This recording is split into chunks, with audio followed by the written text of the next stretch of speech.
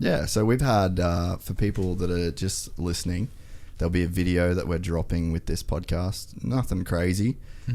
We went down. You were staying in Bangalore, like kind of Byron Bay area. Yeah. Went down, scooped up the boy. We went and had a bit of a roll. It was pretty epic, and then just gave you like the little tour of Burleigh. You've spent a lot of time overseas, and then now into the podcast. So for me, really good day, and I'm extremely happy to have you here as well. Thank you so much, and thank you for coming and actually picking me up. Like I totally can't drive, so yeah, that was amazing. I really appreciate that. So it makes sense though, because for people that aren't into jiu-jitsu, they probably won't know a lot of your story, but for people that do, you've spent a lot of your life living in New York. So I think you get a pass on the driver's license, because that's there's really good. Not many people that drive cars. I have like a bunch of different like procrastinations and like justifications to like not getting it, from like I'm saving the planet to like just like I just can't be fucked. So living in New York, so it's good. So we'll start. We've purposely tried not to go super deep in our conversations, because I wanted to save a bunch for the podcast. Yeah. But from what I've gathered so far, you start jiu-jitsu at 15. Yeah. And then you never stop jiu-jitsu. That's kind of the short version of your life, and you end up being essentially a jiu-jitsu prodigy. Yeah, I guess so. Yeah, pretty much. Yeah. So I started training when I was 15. I was in year 9 at school, going to year 10, and in year 10, and we did a course at school called Links to Learning, and it was like they took all like the naughty kids of the year, and you don't have to go to school for like one day a week. You don't have to go to school. Really? There was like 10 of us or something in the class. And one day a week, you don't have to go to school. They take you to do like a different activity like every week. It was every Thursday. And 1 week they took us to do jiu-jitsu. And like I was with my friend. I was with all my friends, because I was friends with everyone in that class. The Rat Pack. Yeah. There's just people that just didn't, school wasn't for them, for whatever reason. That might have been, maybe it's because they had bad undiagnosed ADHD or yada yada yada, like shit families and stuff like that. Yeah, some people just don't fit into the school, like the school system just doesn't work for them. And I was one of those people. And but anyway, we were we went to this jiu-jitsu class, and it was just really fun. I had a great time. And at the time I was dealing with a bunch of tiny insecurities here and there. I had my first ever serious relationship at the time with this girl. We were pretty much like living together, and she was like a big part of my life at the time. And there were certain situations where I just felt like, I don't know, different like kind of insecure. I definitely was insecure at the time, but like I don't know. And I thought in terms of like getting beat up or like not being able to protect yourself, or did it feel like a rough area and you were scared, or? There was just like certain situations like where it felt like because she was kind of like, she'd always be like trying to like start shit with other people, and I just I felt like I wanted to be kind of like tougher or something, it was I started from it was an insecurity kind of thing I started from, and then but your mate that you started with, you were saying that he'd been training sort of secretly, and you thought he was just like some natural fucking killer that was this badass dude. And it was really funny. He was like kind of bashing everybody, but he'd been sort of like secretly training. Yeah, it was really funny. It was my friend Daniel, and he was always like the tough kid at school. Like he was like super like, everyone just thought he was like abnormally strong, which he kind of was for like his size. And but he used to like beat up like the older, tougher kids, like at the skate park, and he was just like respected in the school for like, being like the tough kid. Yeah. And and he'd always like kind of like, I don't know, like kind of like beat up on us sort of. in like a but like a friend's kind yeah, but he was secretly doing jiu-jitsu the entire time. It was really funny.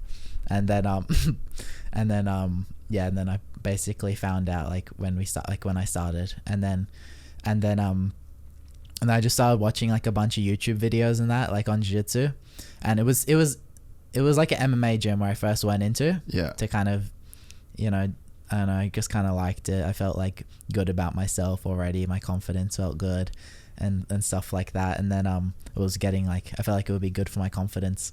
And then I started getting into jiu-jitsu like online, like watching YouTube videos. What was around then?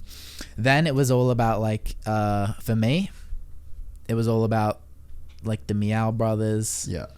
And Keenan Cornelius, which were funny because they weren't even black belts yet, but they were like the hottest commodities in jiu-jitsu. You know, everyone was following their color belt careers, you know?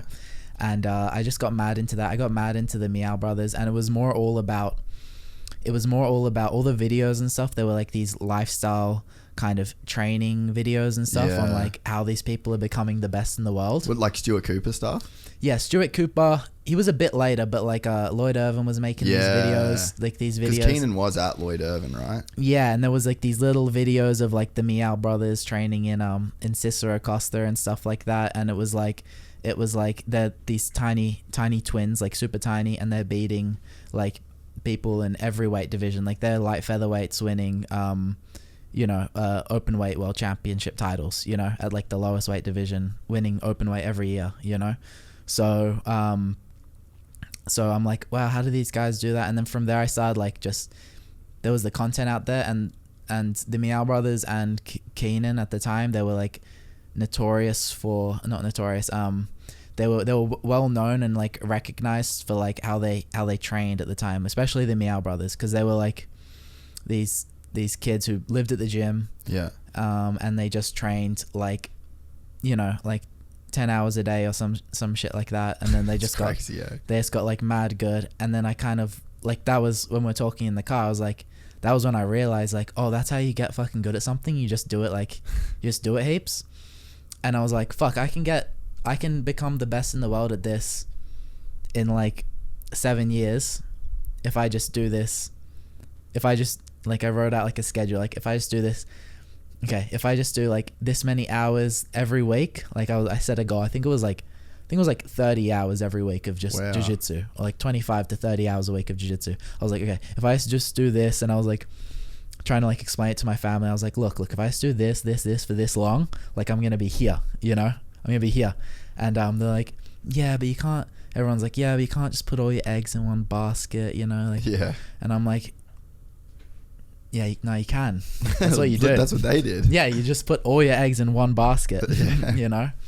And then, yeah, that's how it started. And then I just started just going from there. And then I think just being in that mindset led me to like want to be in these places and, you know, train with them. And then I got like a job delivering furniture, saved up a few months rent for New York, left New York, trained at the gym. When I got to Unity, I'm like, okay, look, the Meows are training this much, I just need to train more than the Meow Brothers, you know? So I got there, and I'm just like, okay, so however much they're training, I just need to train more than them. So I just started training, and then that's how I started developing like a good relationship with Murillo. Yeah. Because I didn't know much. I knew he was a beast. I knew he was amazing, incredible, but I didn't know much about him at the time before I went there. And then he saw like I had like a lot of dedication. I was putting in work, and then from then he's like, you sleep on the mats. You can just sleep on the mats. You can stay here, live at the gym. And then from there it was just like, yeah. So that is the story of you not having your driver's license, essentially. That's the reason. Yes. It's perfect. Yeah. Full circle. Yes. That's why I have my driver's license. So because I couldn't be fucked. But so what was your family situation like to then say that you're like, oh, okay, I'm just gonna do this? Because that is such an abstract request from a 15-year-old kid. Yeah. My mum is like the she's the best. Bring this a bit closer. My mom, my mom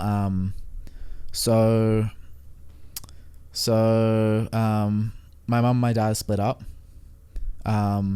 So I grew up a lot with my mom, and then I only started staying at my dad's like a few nights a week when I was like 10 or 11. After about I think it was like 11, I started staying at my dad's a few nights a week because they ended up having this custody battle when I was like 10 or 11. But I was super attached. Like me and my mom were like mad close because it was just her and me. And she'll like we just my mom's like mad nice. She'll do anything for me, you know. She's like one of the most loving people you could ever meet. I know everyone probably says that about their moms. But there is something different when you've like your dad's kind of out of the picture for a while, and then like it's just you and your mom, and that's like it's pretty hard to navigate the world as like a single mother. Yeah, no, my dad was always around, but like I was like super attached to my like I couldn't even like I tried to sometimes stay at my dad's place for like a night, and I'd be like crying like the whole night. Like I couldn't do it. Like I couldn't be away from my mom until I think it was like even like I think like at 10 I started being able to like have sleepovers and shit. Yeah. But kind of going away from the story. But anyway, so my bottom line is my mom doesn't care like what I do. Like it doesn't matter. Like even it would be like even throughout school, like I never had to go to school if I didn't want to. Yeah, you know? right. I'd like sometimes I'd wake up in the morning, I'd be like, Mom, I don't know what to do. Like I semi can't be fucked going to school. And she'd be like, oh, you better just stay home just in case you go and you regret it. That's unreal. Yeah, she's mad funny and she's mad nice. But she was always like cared about my education sort of. She'd be like, okay, you're not going to school. Well, like just read a chapter of this like Charles Bukowski book or some shit. Right. And she'd be like, just read like, you know, this, and she'd like kind of educate me through that. She'd be like, okay, read this Wow. like Deleuze chapter of this philosophy book or some shit like that. And I'd be like, okay, usually like I'd read it, you know, just because I fuck with Felt her. bad for your mum too. No, and I always fucked with her taste. Like she always had like she has like a good eye, and like I always respected like her opinions, everything like that, and she always like let me do whatever. So when I just said I'm not gonna go to school, she's like, oh, okay, cool, like cool, that sounds mad, like just do jiu-jitsu. And yeah, she was mad supportive. She'll always be like, whatever you want to do, just do it. When Ari was in here, yeah, because he talked about like he got into jiu-jitsu and he started like the MMA thing, and then he just went like full-blown jiu-jitsu. And one of the things, like, because I was kind of asking him like, what is the thing that separates a guy like you and Levi? And then he was like, okay, first of all, there's a separation between me and Levi, so it's like there's this whole nother category that dude exists in, which is crazy because he's so good. Yeah. And what he said is just like no one works harder than that kid. Like even when he was a kid, he was just like out working, out drilling, it was just this constant thing, and he just got so much better. Like where did that come from in you? Because it's like, it's kind of, I guess, a double-edged thing, because, you know, you can say school's not for me, but you're smart as fuck. Like you can't be this good at jiu-jitsu and do the things that you've done in your life and career without being a super smart dude. So there's obviously like, I guess something clicked in the way that you learn. Even it's like school wasn't like a great way for you to learn, but you could learn through some other stuff. Yeah, I don't know. Like I think I think going back to my mom as well, I think she was a really good teacher, because like just from a kid I was always treated like an adult. You know, like even like when I was like a baby, my mom would have like she'd bring me into conversations, like talk to me like I was kind of like an adult. She never I don't know if that makes sense, but yeah. And then the work ethic, I don't know where the work ethic came from, because my mom's like she has no work ethic whatsoever. She just cruises. She doesn't care. Like they're very kind of minimalist. Like they don't need much. Yeah. Which almost like is like can be a bad thing sometimes. Yeah. Because you know, obviously there's negatives to that as well. But I'm not sure where the work ethic came from. I think it was just I just got inspired from those people in jiu-jitsu. That's when it happened, and I was like, I don't know why I wanted it so bad. I don't like it was. You just have to really want want something, and I have no idea why I wanted to be like the best in the world at jiu-jitsu all of a sudden, but like I really wanted it to like the point where I was like, I just wanted it so bad, you know. Yeah. That's one thing that was always like confusing to me, because like I remember being in like the shower one day, like when I was first like a few months into training, I'm like, why the fuck do I want to be like a world champion so bad? Like it didn't make sense because it was so new to me as well. And I'd never kind of gotten that obsessed with something.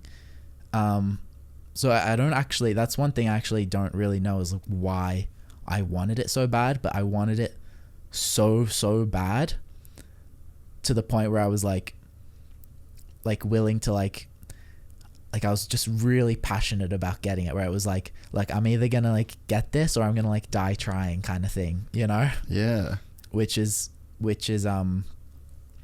unusual for me, because I'm usually not that crazy about stuff. There's got to be something that, I don't know, like, is it because you said you weren't that good at it straight away. Yeah, I mean, no one just does jiu-jitsu and is like really good at it, you know? But I don't know, like, I guess I always knew like I could be good at some sport, you know, because I was always good at like I was fast runner in school. I was like, I was good at like, I was kind of good at soccer, you know, or I think for some reason I always thought I was like, I could be a good athlete in something, you know? And I think it was probably the urgency of like me coming like out of like going into an adult. Like I just had like I just wanted to be really good at something sort of thing, and it was like, I guess I found this thing, and it was sort of like it was just an avenue to get good. Yeah, and it was like the last kind of like I can become the best in the world in a sport, you know, still. Yeah, I don't think I could have done that if it was like, I mean, looking back, anything's definitely possible, but like if it was like soccer or tennis or like, I don't know, you know? So you're kind of looking from the outside like, this is still a pretty small sport, and I could theoretically, there's not that many people doing it to where I could be the best in the world at it. Yeah, jiu-jitsu is weird like that. Like we were talking about it as well in the car. Like you can get really good at it just by doing it like more than anybody else. Like, and I guess you probably can apply that to anything in life. Yeah. But at the time, it just seems so simple to me, and like simple, but like no one else is willing to do it, kind of thing. Yeah, like simple but hard. Yeah. Yeah, that makes sense. It's the simple part that I was really attracted to. Yeah. And I just like jiu-jitsu because it was like, I was really inspired by Muhammad Ali. Yeah. Like I was biggest Muhammad Ali fan. Like, really? Ever. Yeah, just because, you know, of the insecurities that like I thought I had or whatever. And then someone like Muhammad Ali that's just kind of positive affirmationed himself into like, yeah, being this like bigger than life kind of like thing where you can just be like, I am the greatest, and then like all of a sudden you're like, oh fuck, like I am the greatest, like yeah. Fuck, and it feels good, like it's so empowering, you know. And I just want to like apply that to something. Yeah. Did you have like I was too scared to box. I want to get punched in the head. I was too scared. Yeah, that makes sense. Did you have like a thing where that like maybe jiu-jitsu seemed like the clearest path? Because when you're, you know, like a kid and you're in like that area and you didn't do that good in school, and it's like there probably wasn't a lot of paths that were very clear in the way that this was clear. And there's probably just like a little bit of security in, yeah, like the fact that it's simple and you could see a roadmap. Because I think that's kind of the things that, like, I mean, even for me with the podcast, like what it does right now, I'm like, I could see that from day one. And I just felt like I just keep doing it and be myself and keep applying myself. And it was always like, even now I think about it, I've got like 5 year, 10 year, and I have like no real goals attached to them. My only goal is to still be doing it at 5 years, and then still be doing it at 10 years. And then I just feel like I don't really have any plans around what I need to do in that time, apart from just like sit in this fucking chair and talk to cool people. That's really cool. You know, and maybe there was like a little bit of that for you, where it was just like a very clear roadmap of what to do. Definitely. Like I could definitely see it. Like it was just like, I could see it all planned out. Like because it's kind of interesting jiu-jitsu like that as well, because you have the color belt road up, you know, like you win worlds at blue belt, then you win worlds at purple belt, then you win worlds at brown belt, and then you win worlds at black belt, you know. It's like bam bam bam bam, and it's like laid out, and like, okay, so it's very easy to set your sub goals to like your ultimate goal, you know. So you got like your little blue belt worlds, little purple belt worlds, brown belt worlds, and the ultimate black belt worlds, and all of a sudden you're the best in the world, you know. So definitely that was like one of like the tantalizing kind of, you know, things. So when you're in the first gym, did you switch gyms and go into like a full jiu-jitsu specific gym? So I started at a gym, an MMA gym, and then like after 3 months, when I decided I'm just gonna do jiu-jitsu, then I moved like it was like literally around the 3 months. 3 months, and then I was just like, wasn't going to school anymore, I was just training. Wow. It was weird. That's sick. It was actually strange. I was like, what? I guess, fuck it, whatever. I'm in. And then, so when did like the gnarly work start? Like just that crazy work ethic, and what did that work look like? Because you don't lift weights and you don't really train outside of jiu-jitsu, right? It was like so I was training every day, like twice a day from after 3 months, every day, twice a day. And then once I was doing that, obviously I was still white belt. Then I was like, obviously it was easy to win everything in juvenile white belt if you're just training full time. These kids are going to school and training like 3 times a week. So, and then mum's making them go to jiu-jitsu. Exactly. So then I was like winning easily here. And then I got my blue belt like after 6 months of being at that gym. And then it was June in 2013. I was doing June 2014. I was fighting. I went to Worlds. I went to California, fight juvenile Worlds at blue belt. So how'd you do that? Would like your mum went with you, or? No, I just went. The gym paid for me to go. Wow. And I went with I just went with 2 other people that were competing. Sick. From the gym too. We had a little trip. It was pretty fun. It was a good time. And so that was blue belt like, were you still juvenile then? I was juvenile, and I won my first fight, and then the second fight, I just got like the kid was just so much better than me. You know, he was like really? It was this kid from Brazil. He's still around now. He's doing good at black belt. His name's Joao Mendes. He's coming up now. He's coming up as like one of the top featherweights. He trains at Artos. But at the time at juvenile, he was the top gun because he was winning. He was always winning his weight division, open weight, and he was just so much better than me. And he just like triangled me in like a minute or something, you know. And then that's when I got back, and I was like, okay, like what I'm doing is like nowhere near enough. Like, so you were just doing like the 2 classes a day? I was just doing the 2 classes a day. Yeah, exactly. And then I'm like, okay, I need to be doing way more. So I started. That's when I got back from that, I started just doing like, it was like 8 hours a day, like just like training. Like what I do is, because I didn't have anybody to train with because I was in Australia, right? So I'd 48 hours before every 48 hours before my training day, I would already have it like set up if possible. So I'd just start messaging everybody, like, everybody, can you come in at this time, train with me? And have someone come in with me to train for an hour here, and then like the next hour I'd have a new person to come and train with me, and I'd do the class, and then next hour I'd have someone else to come in fresh, train with me. And then like I was just like staying on top of it, organized like that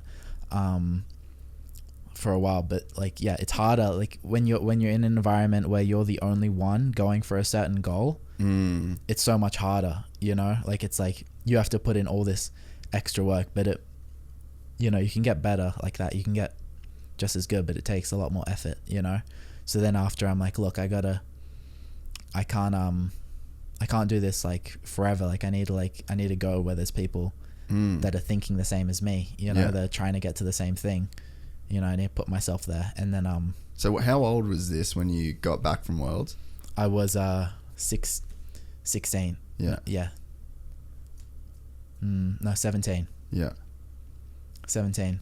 And what was like your level in the gym, like in terms of just rolling with other people? Because I feel like if you're making blue belt worlds and you're sort of even to win a match at blue belt worlds, like you're probably really fucking good at this point. Yeah, by the time I had my blue belt, it was definitely like, yeah, one of the, like, going into the second year of blue belt, like after I got back from juvenile worlds, I'm just training every day. Like took a few months, and that was probably, I was like the best, like technically, just because I was so focused. Like I was studying, like I'd come home and I'd study and I'd like watch everything. Like it was just like super obsessed, like kind of thing, you know? Yeah. It's fucking so crazy to like. Yeah. I feel like everybody that does jiu-jitsu or motocross or any sport that they're doing, I feel like at some point, and I was definitely one of these kids, where I was like, man, if I quit school and if I trained heaps and if I rode every day and if I did this and if I like, because in motocross there was all these kids that like lived at these training facilities and they like lived in camper vans and then they had like the best tracks and and that's all they did. I feel like everybody that loves their sport and is passionate about their sport kind of has those thoughts run through their head of like, I could schedule this and I could ride here and if I do this, but so few people ever actually carry that shit out and schedule the training sessions and do the study. Because I mean, you were probably putting in like 14 hours a day worth of jiu-jitsu, maybe more, if you were like going home and studying as well. Yeah, it's like Murillo always says, like when you're training, like he'll pull you up on this. He does this sometimes. It's like, how many hours a day do you guys train? And you're like, but yada yada yada. It's like, no, you train like 24 hours a day. You train 24 hours a day. Everything you do is to get better, you know. When you eat, like when you're resting, taking your mind off it, that's just to get better, you know. Like everything's like, so it's like non-stop, all you think about, like kind of thing, you know. Yeah, and it seems like I think jiu-jitsu is good in the way that you kind of can do that. Yeah. Like you kind of can live at a gym. You can sleep on the mats. You can do the 2 morning classes and 2 night classes and not leave the gym and stay there, like if you want to. But that's the thing, is like, and a lot of people can say they want stuff, and I mean, it's something I think about all the time. Like when we're talking about me living in America, I had goals. Yeah. I didn't really want any of it because I didn't get any of it. I want this and I've got this. Like you kind of get what you want in your life, but the problem is that a lot of people trick themselves into thinking they want something. You know, like they don't actually want it, because if you want, like, you're a product of wanting it. You did really want it. A lot of people can think they want something, or they can want something for X, Y, and Z reason. But when it comes time to, like you said, just 24 hours a day, be like completely obsessed, and for years and years, and like to the point where it's just a part of your life. Yeah, it totally consumes you. Yeah, and like again, like I have no idea like why that happens, like how that can kind of start, like with someone where you can like just want something that bad. Like, yeah. But if you think about, like, if you did have those insecurities as a kid, because I mean, you walk around right now, there's not many people that can fuck with you. Like if they, you know, if that someone's got a gun or a fucking knife and shit. But in terms of just like you walking around as a dude and other people around, you're pretty safe. Yeah, I mean, yeah, I feel safe, like in certain like, yeah, I'm like, now I'm like, I don't feel very like insecure at all. Like I'm just like, I'm happy, like trying to be like vulnerable as fuck, you know? Yeah. Like I feel like that's like my superpower now, like just trying to be like mad vulnerable and shit, you know? But you've kind of built a base there. It's like you've worked out a lot of the kinks. Like whatever kink was there at the start, it's probably not there anymore. Yeah, jiu-jitsu is good for that, man. Jiu-jitsu is good for working through your insecurities, because yeah, you'll have to, like, you'll have yeah, I don't know. Well, you get tested so much, right? Yeah. And on like a bunch of different levels. There's, I mean, yeah, again, we were speaking about it before, but, you know, for me, I got like my insecurity is not wanting to lose to anybody, like ever. In like the gym, obviously, like you fucking roll with you. That's not in my head. But, you know, you walk into the gym and like that's your space. You go there every single day. You expect a certain amount from yourself. You know, like this person can't pass me. This person can't do this. You've got all these fucking mental maps in your head of like these people, and it's just like it's very competitive. That is like a thing that gets tested because you can't be perfect. You can't go in every day, and people get better and you get injuries and you get sick, like you have a bad day, you got shit going 100%. on, so you kind of, if you've got those things to work through, like you fucking they're forced upon you. You kind of can't hide from those things. Yeah, for real. Yeah, 100%. I think competing as well, like you have to be able to be like a good competitor, and like to be able to like perform well, you have to be able to be vulnerable, you know. You have to be able to like be okay with failing and like looking like, you know, because then you're not like, you don't have that pressure on yourself at the same time, you know. You're like okay with like, you know, losing it all kind of thing, you know. Yeah, and especially for jiu-jitsu, like you get so much better at jiu-jitsu when you're just like, when you're okay with losing, when you're okay with like, you know, putting yourself in like vulnerable places and like that kind of thing. So how did you deal with like that side of things, like not being super competitive? And obviously like the better you get, the less people can fuck with you anyway. So like you kind of have to deal with it a little bit less if you get better.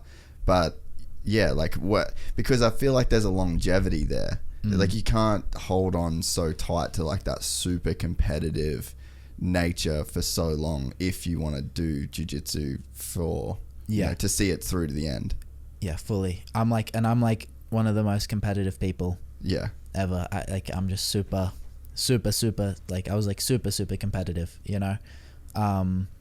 So I think that's probably one of the reasons as well, like why I just wanted to just win so bad, because like every time I lost, like I never like lost and like didn't cry, you know, like I like took it, like I always took it to heart. Like I'd like be like, every Worlds, I think it took me five years to win Worlds, you know, and every Worlds I went there like putting so much effort into like to win Worlds, you know, like it was like my only goal in life was to win Worlds. And every time I just like come up short and I just be like I'd cry, like I'd always like just cry and like just like promise myself that I'll like do better, that I'll like train even more than I was, like working even harder than I was. And like I would work even harder, and then I'd lose it again the next year and I'd like cry again. I'd be like, okay, I'll work even harder, do this, yada yada yada, and I'll do this, blah blah blah. And it wasn't until brown belt where I was like, I like changed my mindset, you know, like completely, like I fully changed my mindset. And it was like, I like set like different, like instead of like wanting to win it, I just like pretended to myself like I already had won everything, you know. Like I was like, no, fuck this, like I'm already like because I wanted it. I think I wanted it so bad that I was like, look, there's things I can't control out here in the world, okay? Maybe like if I can't even fucking attain it, I'll just fucking imagine I have. Yeah. You know? Because that's how bad I want it. Like, I want it so bad and I'm not fucking getting it. It's been like 5 years. What the fuck? Like, fuck you. I'm just gonna fucking have it right now. Bam. In my head, and I just close my eyes and I just like imagine. Like, I imagine like as clearly as possible. Like winning that world title. Like, as clearly as possible. And like, I felt like this like overwhelming like happiness and like relief, like I just won, you know. Wow. And then like every time I like felt like I wanted it, I would change that like that state of mind to like, no, I have it, like I'm here. And like it would bring like this like I'd feel like amazing, like I'd just kind of like won it. And then going into the tournaments, I didn't care, you know. And I changed my mindset to like going into the tournaments, instead of trying to win, like I thought like it's around the same time I got like really into mindfulness meditation. I was doing like a lot of mindfulness meditation. It was my first year at brown belt. Lost purple belt worlds. Lost. So you didn't win a worlds till brown belt? Yeah. Wow. I won pans at purple belt, which is like the second biggest competition, but I lost every other colored belt. What kind of losses were you on the box? No, they're always like close, but like an advantage or something, you know. So you were losing finals, or you were losing to get on the podium? No, I never got on the podium. Wow. Except for juvenile. No shit. Yeah, always lost like quarterfinal or something. Fuck. By like an advantage, and it was honestly like after that purple belt worlds, I was like, you know what? Fuck this. I'm a world champion right now. Bam. You know, I just started like imagining like winning those worlds, like just like imagining it and just like feeling like content, you know, feeling like happy like with where I am, you know. Yeah. And like just like and then and then I started getting like, more into mindfulness meditation, just like trying to be like super present. So where did that come from? Like what was the influence that got that started? Because I was on this journey and I had so much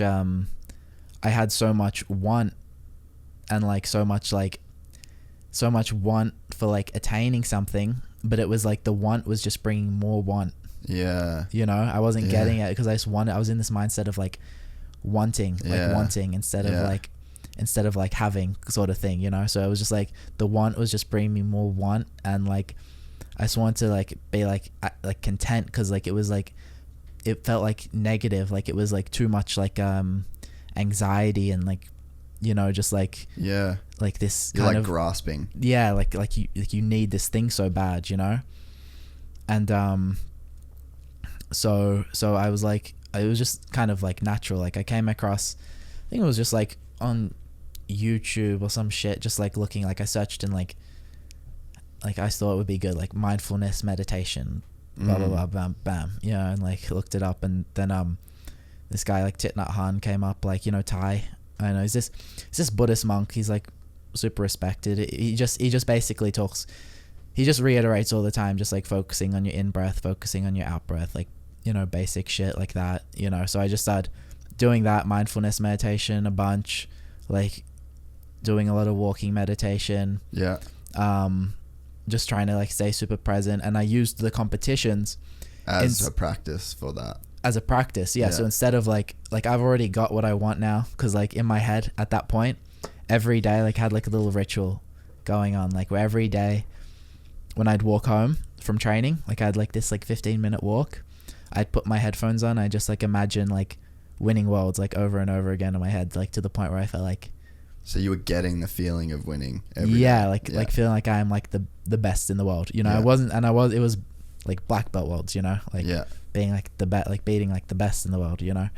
And then when I got to the tournament, my whole focus was just trying to like learn more about myself, you know. So like the intense emotions that you feel like going into a competition, I just kind of like, my whole focus was just on observing those emotions, you know, like just like watching them and trying to like learn about those emotions. I'd not like label them as much, just like experience them. Yeah, 100%. And then like doing that, like it just allowed me to like step into it, and like it made me feel like so like I just like that year I was like solid. Like I didn't lose one. I lost like one match at brown belt, but it was like bullshit. Like Was it I like won a DQ or something like that, or it was like some shitty thing where I was like on his, like I took his back, I was taking his back, and then like he like recovered his guard, so I was like on top from bottom, but I didn't get any sweet points, and then he like it was just like some weird shit. But that year I did like every fight was just like I performed so good, like it was like perfect performance. Like Europeans, I submitted like 4 out of 5 people. Pan submitted like 4 out of 5 people. Worlds, like won every match, like 4 by submission as well. Like it was like just perfect. I'm like, okay, so like this is like I kind of got my thing, like, and that was it. Like from there I just kept kind of I just kept that going, and that was when it all kind of clicked for me. Did you do any like loving kindness kind of meditations? For sure. That was what I always told my friends as well. Like, okay, if you lose today, you have to be kind as fuck to yourself. Like you have to be like mad kind to yourself, like, because you deserve that shit, like, you know. Yeah. And like just being like super kind for yourself gives you that safety net as well, because you're like, okay, like if I lose, like it's okay, like, because like I'm here for myself. It doesn't matter. Like, doing great. Like the loving kindness meditation was mad helpful. You've been Yeah, dude, I went fucking deep. Like I had just like a bunch of shit go on, and this was doing real well, and I wasn't like, I didn't feel happy. I felt that same thing of like striving, like that, and that's yours was wanting like a world title, I guess, and mine was it was a hard thing to even explain what I wanted, but I was striving, man. Like, and I was just, it was this constant, like, now I grind for this hard, but it's easy. It's just like routine. Yeah, and I just feel good doing it. And like at no part of me nowadays, like, there's no like hole that I'm trying to fill with this. Like, I want this to do good, just to do good. And it's like a fun thing. Like, I enjoy the process, but I don't feel like I need anything now to like fill any holes in me. Whereas before, it was sort of almost like there was just like this weird void. Yeah, and it's awful. And I'd filled that shit in the past with like fucking chicks and all sorts of you know, parties, and you know, trying to be fucking cool, like all that sort of shit. And it was just real hard to figure out, like I just striving, just and I was like, why do I want this so bad? Like, why do I even care that this fucking works? Why do I care this podcast works? Why do I care that I'm fucking I'm even cool or whatever? And the funniest thing is that I had this thing where when I was doing this podcast, I wanted it to do well, but I didn't want anyone to think that I wanted it to do well for like fucked up reasons. Because everybody knows a dude that's like just trying to be famous, or and there's everyone's like so cynical these days. Yeah, but I think there is a lot of people out there that do shit for the wrong reasons. And I mean, I know a guy that I know a dude that fucking, man, he was going to like, he come over when we were living in LA, and he like was trying to go to all these parties, and he was literally just trying to copy the blueprint of like just to be famous. Didn't give a fuck what for. Didn't give, like, it was just, that was the goal. And that dude fucking wigged me out a bit. And I just like, I didn't want to look like that guy. And then I got to this point where I was tripping on it. Like, I was stressing on, fuck, I really just don't want to have an ego. I don't want to have an ego, because I felt like quite a humble person. But then I guess I kind of knew that there was a big part of me that wasn't. Like, that I was kind of, because it's kind of fun being like cocky and that sort of shit too. So I had like a real fucking complex around that whole like ego thing. And then I started to think, I was like, man, me not wanting to have an ego is having an ego. Like, I want to look a certain way. It's the like, biggest ego trip going. Yeah, like that. And then I hit that, and then I was like, well, fuck. Like, I gotta fully let go of that. And then I sort of did like I used Sam Harris's app. Oh yeah, cool. Yeah, so I've heard that's good. Yeah, it's really, really cool. But yeah, it's funny when you were saying like you felt the feeling of winning that world championship, and in Buddhism, when you do that loving kindness meditation, the feelings you can generate inside your body are fucking bizarre. Yeah, like, you can crazy. be like tearful and just like this like crazy vibration in your body, and you're just like, you feel weird, like it feels different. And yeah, so when I heard you say that with the like, I felt like a champion, you could conjure those same feelings, because we do it all the time with negative emotions, but we just don't do it with positive ones. Not like, it seems really standard. And I think that's like like, make myself happy, but then it sort of is like admitting that the default that you come with is unhappy, and then you've got to make yourself happy, and that's where that striving shit comes in. And I think that what I know is that, like, if you take away all the thoughts, if you take away anything, just the concepts around shit, like, what if you get to the point of just like emptiness, and it's like a void that is pleasant into itself, but it doesn't need to be named pleasant. So it's almost like, what you got to do is get away from trying to add things, and you've got to subtract everything. Everything that you can subtract away from what you think yourself is, and get back to where you're like, you're not even Levi, you're not even fucking anything. That place is really nice. Yeah. And then it's like easy to do shit from that place. Yeah. Yeah. There was just still part of me, I just could not let go of that though. I was just like I need to have that feeling. Like I just needed it. Like it's so bad. It's like, but then yeah, it felt empowering. It felt empowering. To like let go? No, just to be able to be like I can just pretend like I'm, like it's just the same thing. Like if it's the same thing. Yeah. If you like have it like in your, if you have it, it's all, everything's happening in your own consciousness. Like if you can create that like in your own mind, like it's as real as it, so it's.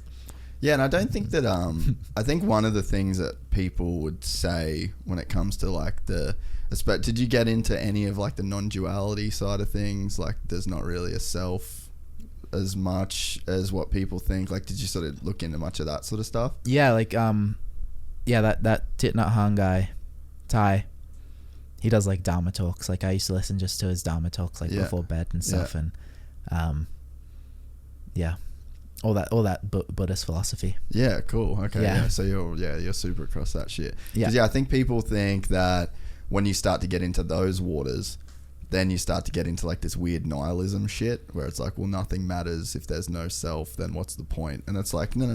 There's a point to everything. Like you're still you. Yeah. You're still this person that's got to like get through the world, and it's still cool. Like to be a world champion is still a good thing to do if you're a human in the world. For sure. But if the thoughts that go on that are attached to the self that's in your head, if they start to like hamper your performance, make you unhappy, give you anxiety, then that's when you need to look at it. For sure. I find myself like getting into like, I think this part of me, it's pretty nihilistic, Yeah. But there's a few good cures for nihilism too as well. Like like art. Yeah. It's a good cure for nihilism. Yeah. Okay. Definitely adds a bunch of meaning. I feel like if you can express something. So what's your thoughts around nihilism? I mean, like, that everything's kind of like meaningless sort of thing. Yeah. Like nothing matters, but like I always found like expressing myself as well, like I don't know, like was like enough meaning. Yeah. So like expressing like emotions, like drawing or doing Jiu Jitsu. Yeah. That's like a form of expression for me. Like doing music or something, that always helped me as well. Yeah. And so like a cure. where do you think expression comes from? For me it's just like it's like a kind of like just trying to express like a feeling. Yeah, but where do they come from, do you think? Do you think about where why expressing yourself actually feels good? No, that book seems interesting though. But no, I don't know. It's just like a feeling somewhere in your body, and you just kind of like put it into some place else, and it's just like kind of sweet. I don't know. It's dope. Yeah. No, because I mean, it's something that I think about a lot. Because it is meaningless. Everything that you do is pointless. Yeah.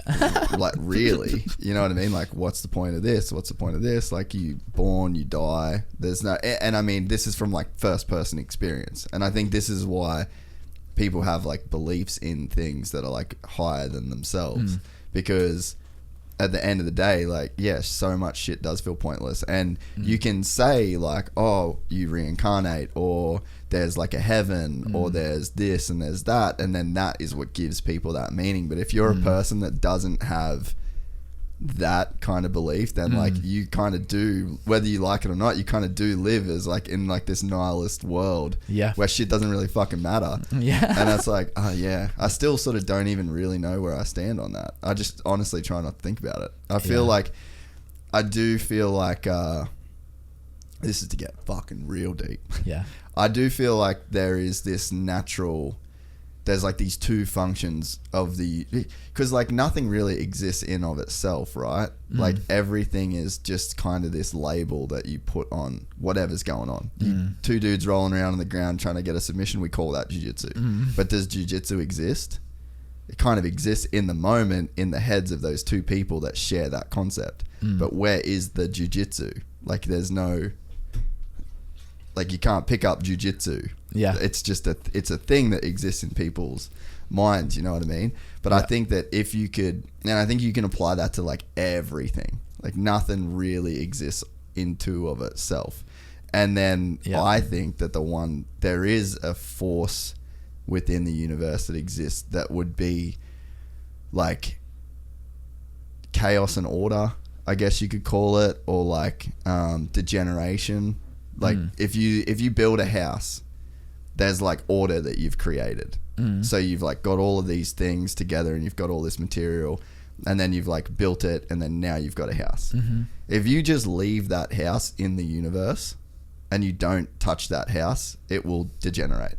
Yeah. So there is this force where like we can create order, but then the universe ultimately will create decay or like, you know, chaos within that.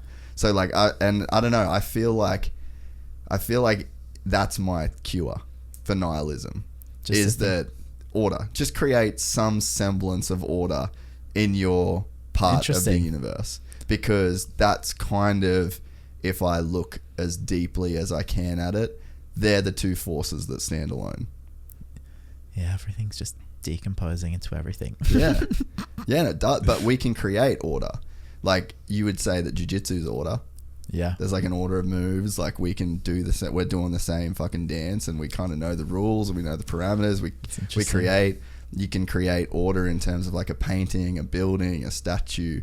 You can create order from, you know, musical notes. There is an order that's there. Yeah. And so I feel like that is my cure for nihilism, is like just create some sort of order. That's cool. Yeah.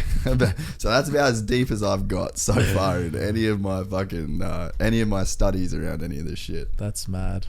Yeah, I want to believe in reincarnation real bad. I really do. It's so fucking sick. What are you coming back as? I don't know. I guess just another human, or like an alien or some shit. That'd be dope. But yeah, it's hard for me to, I kind of got to see it before I can believe it, unfortunately. Well, that's the problem. That's where the nihilism is because if you get someone that's like super religious and believes in God, then they're down. They just believe it. But I fucking genuinely wonder if anybody can ever really, really believe, or if it's just me. I mean, I could never believe in anything that much. Yeah, 100%. Especially like this year with all this fucking shit going down, like everyone believing in all these fucking Satan worshippers and fucking QAnon shit. Like it just made me even more nihilistic. I'm just like, oh fucking hell, like no. Like, it's yeah. I don't fucking it's funny. Yeah, I don't know about any of that shit. you can do quite, fuck man, people just make too many leaps. I know. And I feel like I feel like if you follow the paper trail of shit, like you don't really need too much of like a weird conspiracy to think like, oh, people just want to make money. Yeah, everyone has like an agenda and shit. Yeah, well, people just want to make, like, I feel like it's like a basic human. That's part of like the survival instinct, because money is tied to survival. So I feel like what you see with like all that kind of shit, if it's like, it's fucking corrupt and it's just like, no, it's just a bunch of dudes trying to make, like, it's survival. Money equals survival. But New York would have been weird through the Corona deal. Yeah, it got pretty. Everyone like left, everyone left the whole city, so it was like empty. But all the people that, like, a lot of people that were left were like struggling, you know, because obviously, I mean, 30,000 people died. Really? In like 2 months. Whoa. At the beginning, you know, it was awful. awful. You know, people don't understand how lucky we are here. Yeah, yeah. dude. It was really bad, you know. So obviously you can imagine the kind of anxiety chain effect that would have on everybody in the whole city. So you're just constantly, you can't help but feel anxious. You can't help but feel stressed. You can't help but feel kind of like scared kind of thing, you know. And then that fear as well kind of creates like, I don't know, I feel like I kind of pick up on this stuff. Like I'm kind of sensitive, like energies, and I'm just sensitive, you know. So I just like, if someone's kind of acting funny here, then like it's like I just pick up on it. Probably, I'm not sure. It's relative only to me because I can't go into anybody else's body and compare. But to you, it feels quite intense. Yeah. So yeah, I just felt super anxious, all year kind of thing over there. I just got back in December, and what was the decision to stay for so long? Just training? Yeah, training. And there was part of me that also felt like a responsibility, like, because I feel like, you know, that is my community there, you know, like a lot of those people, that gym. Yeah, a lot of those people, you know, I slept on the mats for like 3 years with all these people, you know, like I have like a very close relationship with them. And I felt almost like a disservice not to stick it out, not to be there with them, help them through the struggle, you know. So that was part of the reason I just wanted to be there. And then I'm not sure. I felt like I wanted to go back. So that makes sense. When you first, so you said you saved up like 3 months worth of rent. Mm-hmm. And then where did you go stay for those first 3 months and then did Murillo ask you to just like essentially just live at the gym? Yeah. So I saved up, and then I went and I stayed at a family friend's place, a guy who used to live with us in Australia. Yeah. He was always around Australia. Now he lives there in New York. His name's Carl. He's like a DJ. Really nice dude, like super nice. And yeah, I stayed with him in like in Brooklyn, and he's like just let me crash there, and yeah, it was cool. And then so after that, was your plan that once you were there, or did you have to go back and forward for a bit to like figure out the whole like living situation, or did you get on like a sport visa straight away? Or yeah, I just was going there on tourist visas. Yeah, I'd just like leave. I'd go there. I'd leave for like a day sometimes, and then come back. And then where would you go? Like Abu Dhabi. Like yeah, it usually worked out because it'd be like 3 months, then you'd have Abu Dhabi, and then you go to Abu Dhabi, fight this tournament, and come back, like, and then you have another 3 months until Worlds. Yeah. And after Worlds, I'd always come home to Australia and do that. I did that for like a while, so I was always coming back to Australia, and like when I'd come back to Australia, I'd help like build like a team here, you know. So like build like up a crew here, so like training with like Ari, who was like absolutely phenomenal. There's like a bunch of phenomenal people here now who I've been training with since I was, you know, brown belt, purple belt. Yeah. Like, you'll hear about them for sure, because honestly, like I roll with some of these people, I'm like, wow, you're actually like, you're one of the best in the world now. Like you're actually one of the best in the world. Do you know that? Because they haven't had a chance to compete yet. A black belt, I'm like, what? Like, because the skills there, I'm like, you're actually one of the best in the world. So there's a few people like that now. Yeah, like Lucas. His name's Lucas Kennard. I feel like he's like one of the best in the world. Tom, he's still a purple belt, but like he'll win purple belt worlds. Like there's this kid Varon, I'm not sure if you've heard of him.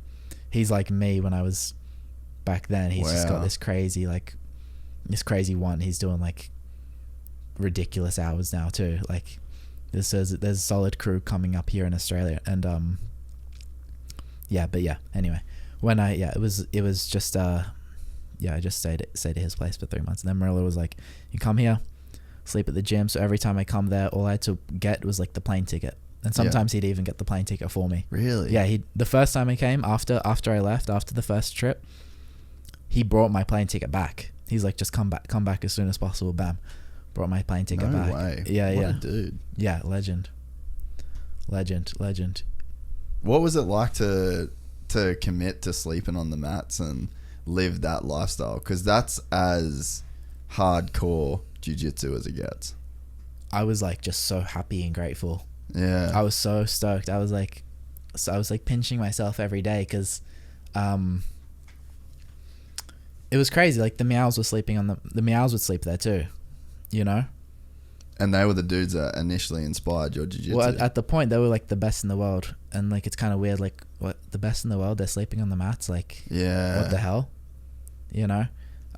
Was there just not money in it for them? Or were they not just like good with money, or? No, they save mad money. Really? And they just want to sleep on the mats? It's all they wanted. Like you can't get them to not sleep on the mats. Even still. I'm not sure what they're doing. No, now they're not sleeping on the mats. But at the time, you couldn't not get them to sleep on the mats. And they could rent like a nice place in New York, like, and be fine. They were making money at the time. Yeah, yeah. I feel like they would have made some money over that period. But yeah, it was cool. It was tough.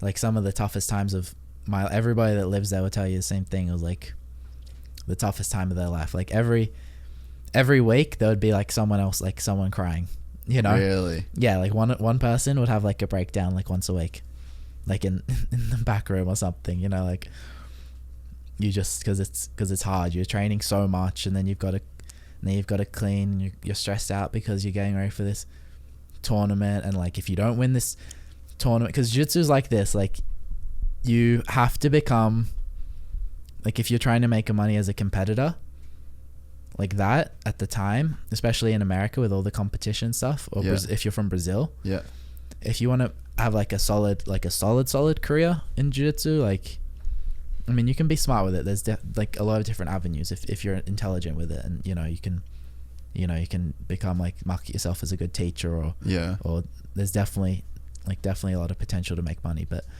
if you want to like have like a solid career, you only have one option, and that's to win, you know, and become the best in the world. So you have to, like, if you want to get like a sponsor and get recognized at purple belt, you have to win 100-person division at the world championship, you know? So you have to be the one person in 100 people, you know, to be able to make it. And if you can't win these divisions, then it's like, sorry, you're not gonna get the sponsors because there's not. Yeah, you're not the guy. Yeah. So it's like, it's a lot of pressure. Yeah. It's a lot of pressure. It's a lot of fights you got to win. Yeah, man. It's funny too. Like you'll hear guys like Gordon, like the top dudes in the sport, and then they go away from the IBJF stuff, and then they do the submission only, and they do all the different kind of shit, and they'll pan the rule set of IBJF, and like even at local level, you see dudes are like, oh, we're just gonna do grappling industries. Yeah. But there is something. Like I remember the first time I did Pan Packs in Australia. Yeah. I'd been training like 7 months. Yeah. And I was like I'm flying down to Melbourne and I can't lose once. Yeah. And I've only just been training. I don't know how many people are in this division. Yeah. But like you literally can't make a mistake. Like you can't fuck up anything. Yeah. And then I mean, fuck, there was probably 12 people in the division or whatever. Like it's not a big deal. But then to think like purple belt worlds, killers. Every single person that is going to worlds is putting in, like, there's obviously levels to work, but fucking working hard at jiu-jitsu, and they've got the resources are crazy with like the instructionals and YouTube, and there seems like there's a good black belt at every gym. There's like a really good dude. Yeah. And then you've got to be that one dude that beats every single one of them. Yeah, 100%. Honestly, and like in the divisions, there'll be like, there's like 10 people. Or something. There's like 10 people who may be going to win, you know? Yeah. And you know all of them, you know? So you're like, you've already, from the whole season, like, you know all of them, you know what they do and everything like that. And then you just have to beat those 10 people because the rest of the people, you know, like, okay, they've only been training like 2 hours a day. Like they don't have a chance. Yeah. Yeah. They don't have a chance. So what was some of the hardest parts about living on the mats? Like, was there ever because I feel like there's kind of, if you just took a regular person and were like, oh, you sleep on the gym, the feeling that the normal person would feel is like, oh, I'm not cool. Oh, I need a house and a car. Like, I'm not going to be able to impress chicks. I'm not going to be able to. But I don't know whether that would like carry over into jiu-jitsu, because it seems like that sleeping on the mats thing is like this rite of passage to like be great. But does that shit enter into it, or like what is the challenges? I mean, at that time, you're not thinking about anything else. Like, you just have to stay like super focused, because usually you're just in. It's just like everything's for jiu-jitsu. So to be honest, like, you're not going out. You're not having the fun you have is Training. It's training. It's got to be through that, which is you're always in pain because you're training so much, and then you got to like look after the gym, like help like keep the gym in order, because it was a super small gym. Yeah, so I was gonna say, when you were sleeping on the gym, it would have been the old Unity, right? It was the old Unity. No one ever slept in New Unity. By the time New Unity happened, we were all kind of like kind of set. Then we all had like, so there's like an OG then we had a Unity place. crew that all slept on the mats, and then that stopped when the new gym. So were you guys almost kind of building this gym up together even? 100%. Yeah, the old Unity will like always be remembered as like the hardest. Type in, Ronan, go on YouTube and just like, so people can get a perspective, type in what would be like, it's Road to Worlds 2018. Yeah, this was like right when I started Unity Jiu-Jitsu. Jiu-Jitsu. I was so fucking, I mean, obviously, like, this is just for people listening, obviously you were there, but I remember watching these videos and the fucking sweat and the steam and how small the room was and how fucking hard everyone was going, and then jumping in the showers in between roll. I was just like, because you don't understand how hot it is in there, dude. No, I've been to New York in summer and I definitely can paint a picture. He doesn't, there's no, every door is sealed like airtight. Really? So no oxygen can get in. Is that on purpose? Yeah, and you're not allowed to leave. He made it. We used to like leave the gym and go into the stairwell to get fresh air. Yeah. But he locks it. He used to lock it. Wow. So this is the only way like you have like any sort of, because you overheat. You touch your skin and it's like, if you don't do this, like you touch your skin and it's like. So I have no idea boiling. how hot that is. That's an oven. And the humidity. There's a humidity reader on the wall. It's like 98%. Wow. It's raining from the ceiling. No. Mm-hmm. And look at this. Look at that room, Ronan. How crazy is that? You can skip forwards a tiny. Yeah, go forward. Keep going. Just like go down a little bit, and like once they get into it, keep going. Yeah, you can't hear Marilla's voice ever. It's fucking deep. Yeah, dude. I remember hearing that first, and I was like, holy shit. So yeah, click into there. Young Levi. So yeah, I think you were like drilling here at the start from memory, and then the rolls. Yeah, so there's Taliesin there. Yeah. Oh. Yeah. Yeah, that's loud. So go forward again, Ronan. So go like sort of towards there. Keep going. Let's drill with Marilla. Once it gets into the rolls. Yeah, it used to be this small, tiny gym. The mats are so slippery. Now it's the biggest single mat space in New York. It's so sick in there. Yeah, the new place. So yeah, so this was just like insanely hot. So what's the like? I'm sure. Oh, dude, Taliesin was a purple belt. Yeah. Dude, mentally, like, what was Murillo's thinking there? He just made it. He just wanted to. It was all.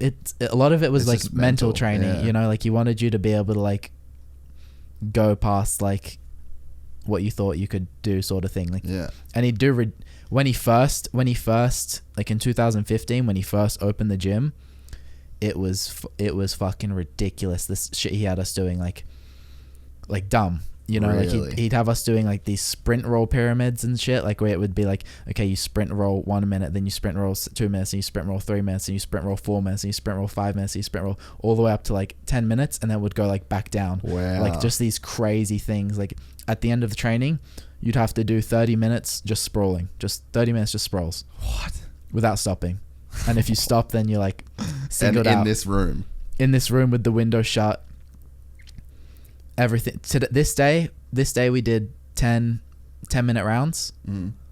after like an hour of drilling. So you can imagine after 10-minute rounds how fucking sweaty and shit it is in there. Yeah.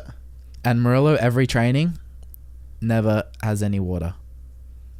Himself. He doesn't drink. He doesn't leave his spot. He doesn't drink water. Wow. No matter what. What a gnarly motherfucker.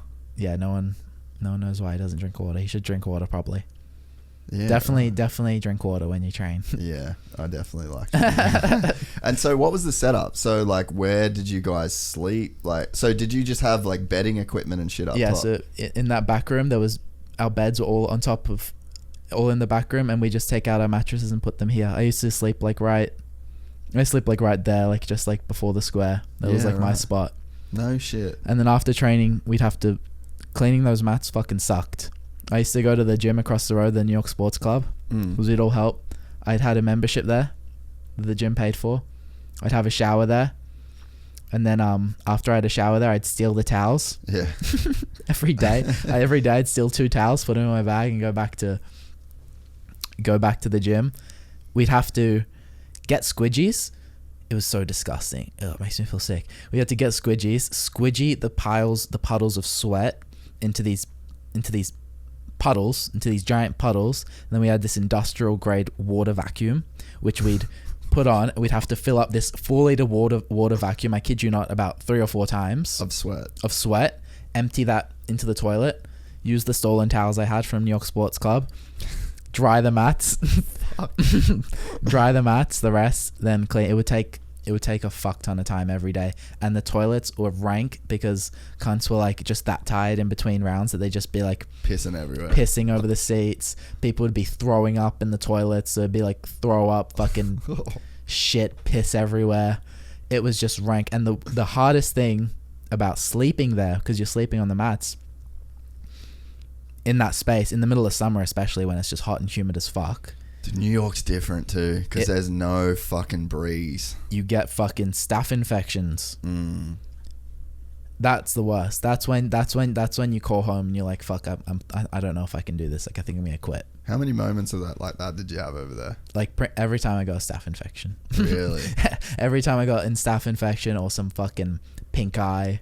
Oh. One day I was staying at the gym. I got fucking pink eye. That's the worst thing, because if you get pink eye, you get quarantined. Oh. And I was like, okay, bye. Which was actually nice, because like you get a bit of a rest. You get a hotel. He books your hotel. You go stay at a hotel. But wow.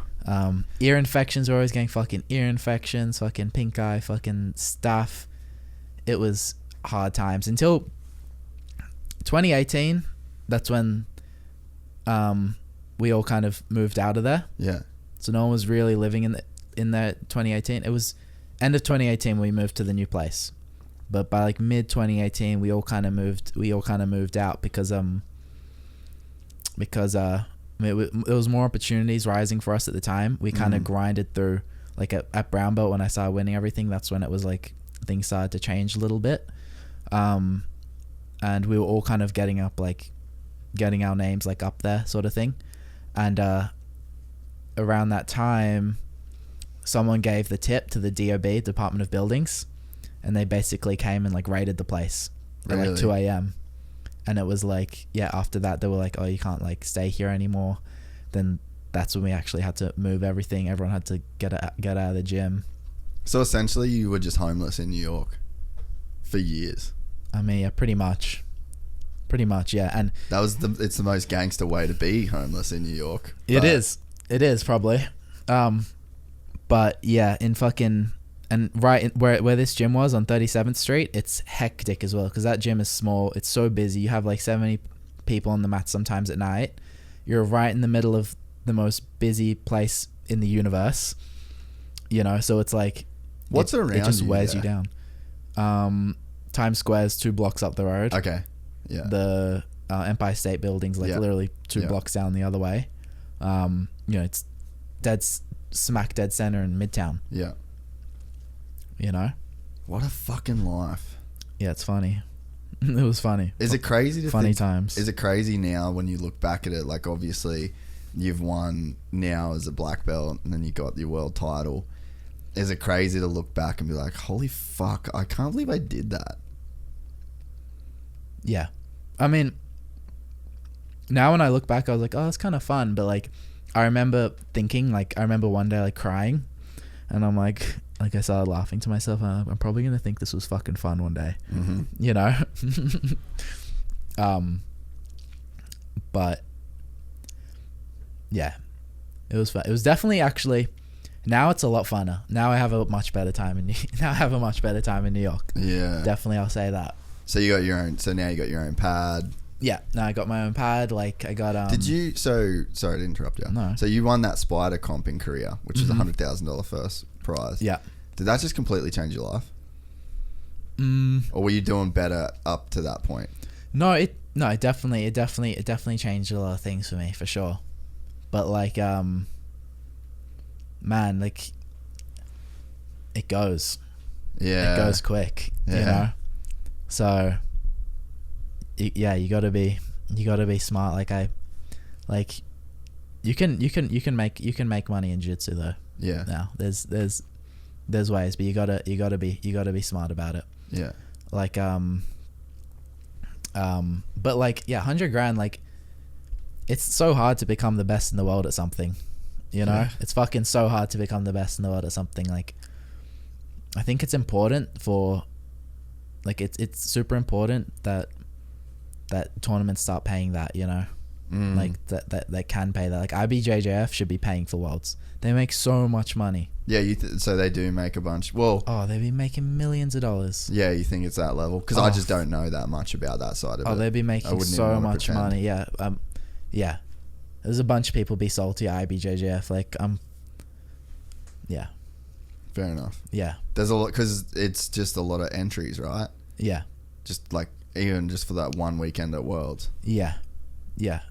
It's, yeah. I think more and more now, like, it's interesting to see how things are gonna go, but I'm hoping to see like more things like Spider, and like, you know, there should be more stuff like that, because, you know, as athletes, they deserve it, you know. Yeah. And the thing is there's so many just everyday people that do jiu-jitsu all over the world. Yeah, There's so many. Like, to think about what this podcast does in terms of like the motocross world and the numbers that you can hit just in that, and there would be more. I would guarantee there'd be more people doing jiu-jitsu than motocross. Yeah, right. And there's guys making millions, man. Millions. I mean, I'm sure Gordon's making millions. Yeah. And there'd be some dudes like Lockie doing that seminar tour after he did ADCC, would have fucking killed it. Yeah. And rightfully so. Yeah. And for sure. Fuck, there's almost a little bit of that too, where, and this happens just everywhere, that people don't really want to see the top dudes make that much money. They don't really want to see the people that have earned it kind of make it, if everyone else isn't. But it's like, I really don't see the problem, because you're right. Like, if you're Gordon Ryan and you're doing what he's doing to everybody, and then you're giving that knowledge to people, and you're like, yeah, you should be making a bunch of cash. Yeah, and it's important. It's important for the entire hierarchy of jiu-jitsu. Yes. The people at the top make a lot of money, because if like, for instance, like, if you're the best in the world and you're undercharging for like a private lesson or something, let's say you're the best in the world and you charge like $200. You're a black belt world champion, you're the best in the world in your division, and you charge $200 or something, or $250 for a private lesson. You know, that fucks up everybody else. Yeah, that true. fucks up, like, because that takes away everybody else's worth below you, you know. Then all of a sudden, this kid who's struggling, living off like $200 a month from Brazil, living on the mats, you know, if you're the best in the world, and because the best purple belts in the world, they deserve credit. They're fucking good. You know, like, they're really, really good. Like, they should be able to make money too. So if you're 250 charging, you're the best in the world, charging $200 for a private or something like that, then you're cutting the knees out of the dude. Yeah, then they can't. What's their worth? You know, you set. If you're the best, you set everybody's worth automatically. Yeah. You set that pay scale straight from the top. That's why I think one of the cool things. I mean, I feel like Gordon's kind of doing that a little bit in a way. Like, he's definitely demanding like X amount of cash and like wanting to put up big dollars for shit. And I feel like once that becomes normal, then yeah, you probably will. It's just probably the way he's doing it is weird. Yeah. But yeah, you are right. Like it does have to sort of come from the top. But man, like I think about it in terms of like it's something I think about all the time in motocross, like because we got influence in that lane, and we can in a way. Or the dudes are doing the work, the dudes are doing the ride, and the riders are sort of everything. But the way that you report on them, and the way that you talk about them, and the way that you celebrate them, and the things that you highlight, and you can like the way that I guess you can cover the sport, you can kind of normalize a dude making a heap of cash. You can normalize the fact that he's worth that. Whereas I feel like a lot of time in sport, well, I know in motocross, like as soon as a dude goes out and spends some money, everyone just jumps down his throat. Like even like Casey Stoner is like fucking one of Australia's greatest sportsmen ever. Yeah, right. And like he said his whole career he was like so scared to spend any money because he didn't want to get like fucking cut down by like That's media. ridiculous. Yeah, it is though, right? But I guess it's kind of like an easy story for whoever's, making the fucking controlling the narrative. Yeah, ew. Yeah, which is weird. Yeah. But yeah, I feel like I definitely feel like with the popularity of jiu-jitsu, like that, it's just like a catch up phase where like it will eventually catch up. But you're right, it's up to the athletes as well to kind of stand their ground on that sort of shit. Because you are professionals. Yeah, it's getting there. I think in the next 5 years it'll grow a lot too. Yeah, definitely. I think so. You were talking about Murillo when we were training today. Yeah. That motherfucker sounds like he's on some different shit. Do people?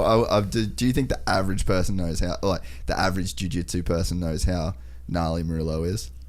No one understands. The only people that understand, are like the best. Yeah. The best, like. Everybody that's trained with him understands, like Leandro Lowy understands, like Bisheshi understands, Felipe Pena, they understand, but the guys, no one trains more than Murillo. No one has put in more energy into jiu-jitsu than Murillo has. I would confidently say no one has done that. Isn't that hectic in a sport that is just like there's a fucking Brazilian word for working hard. You know what I mean? Like that's literally a culture, porrada. Yeah. It's like a thing. And to be the dude that stands out amongst those fucking savages, to be the guy that is like outworking some of the gnarliest people in the world, how do you be that guy? You gotta be like, I think it's a tough road, like, I don't know if it's something that you really want because it looks painful, really painful and hard and just crazy to be honest.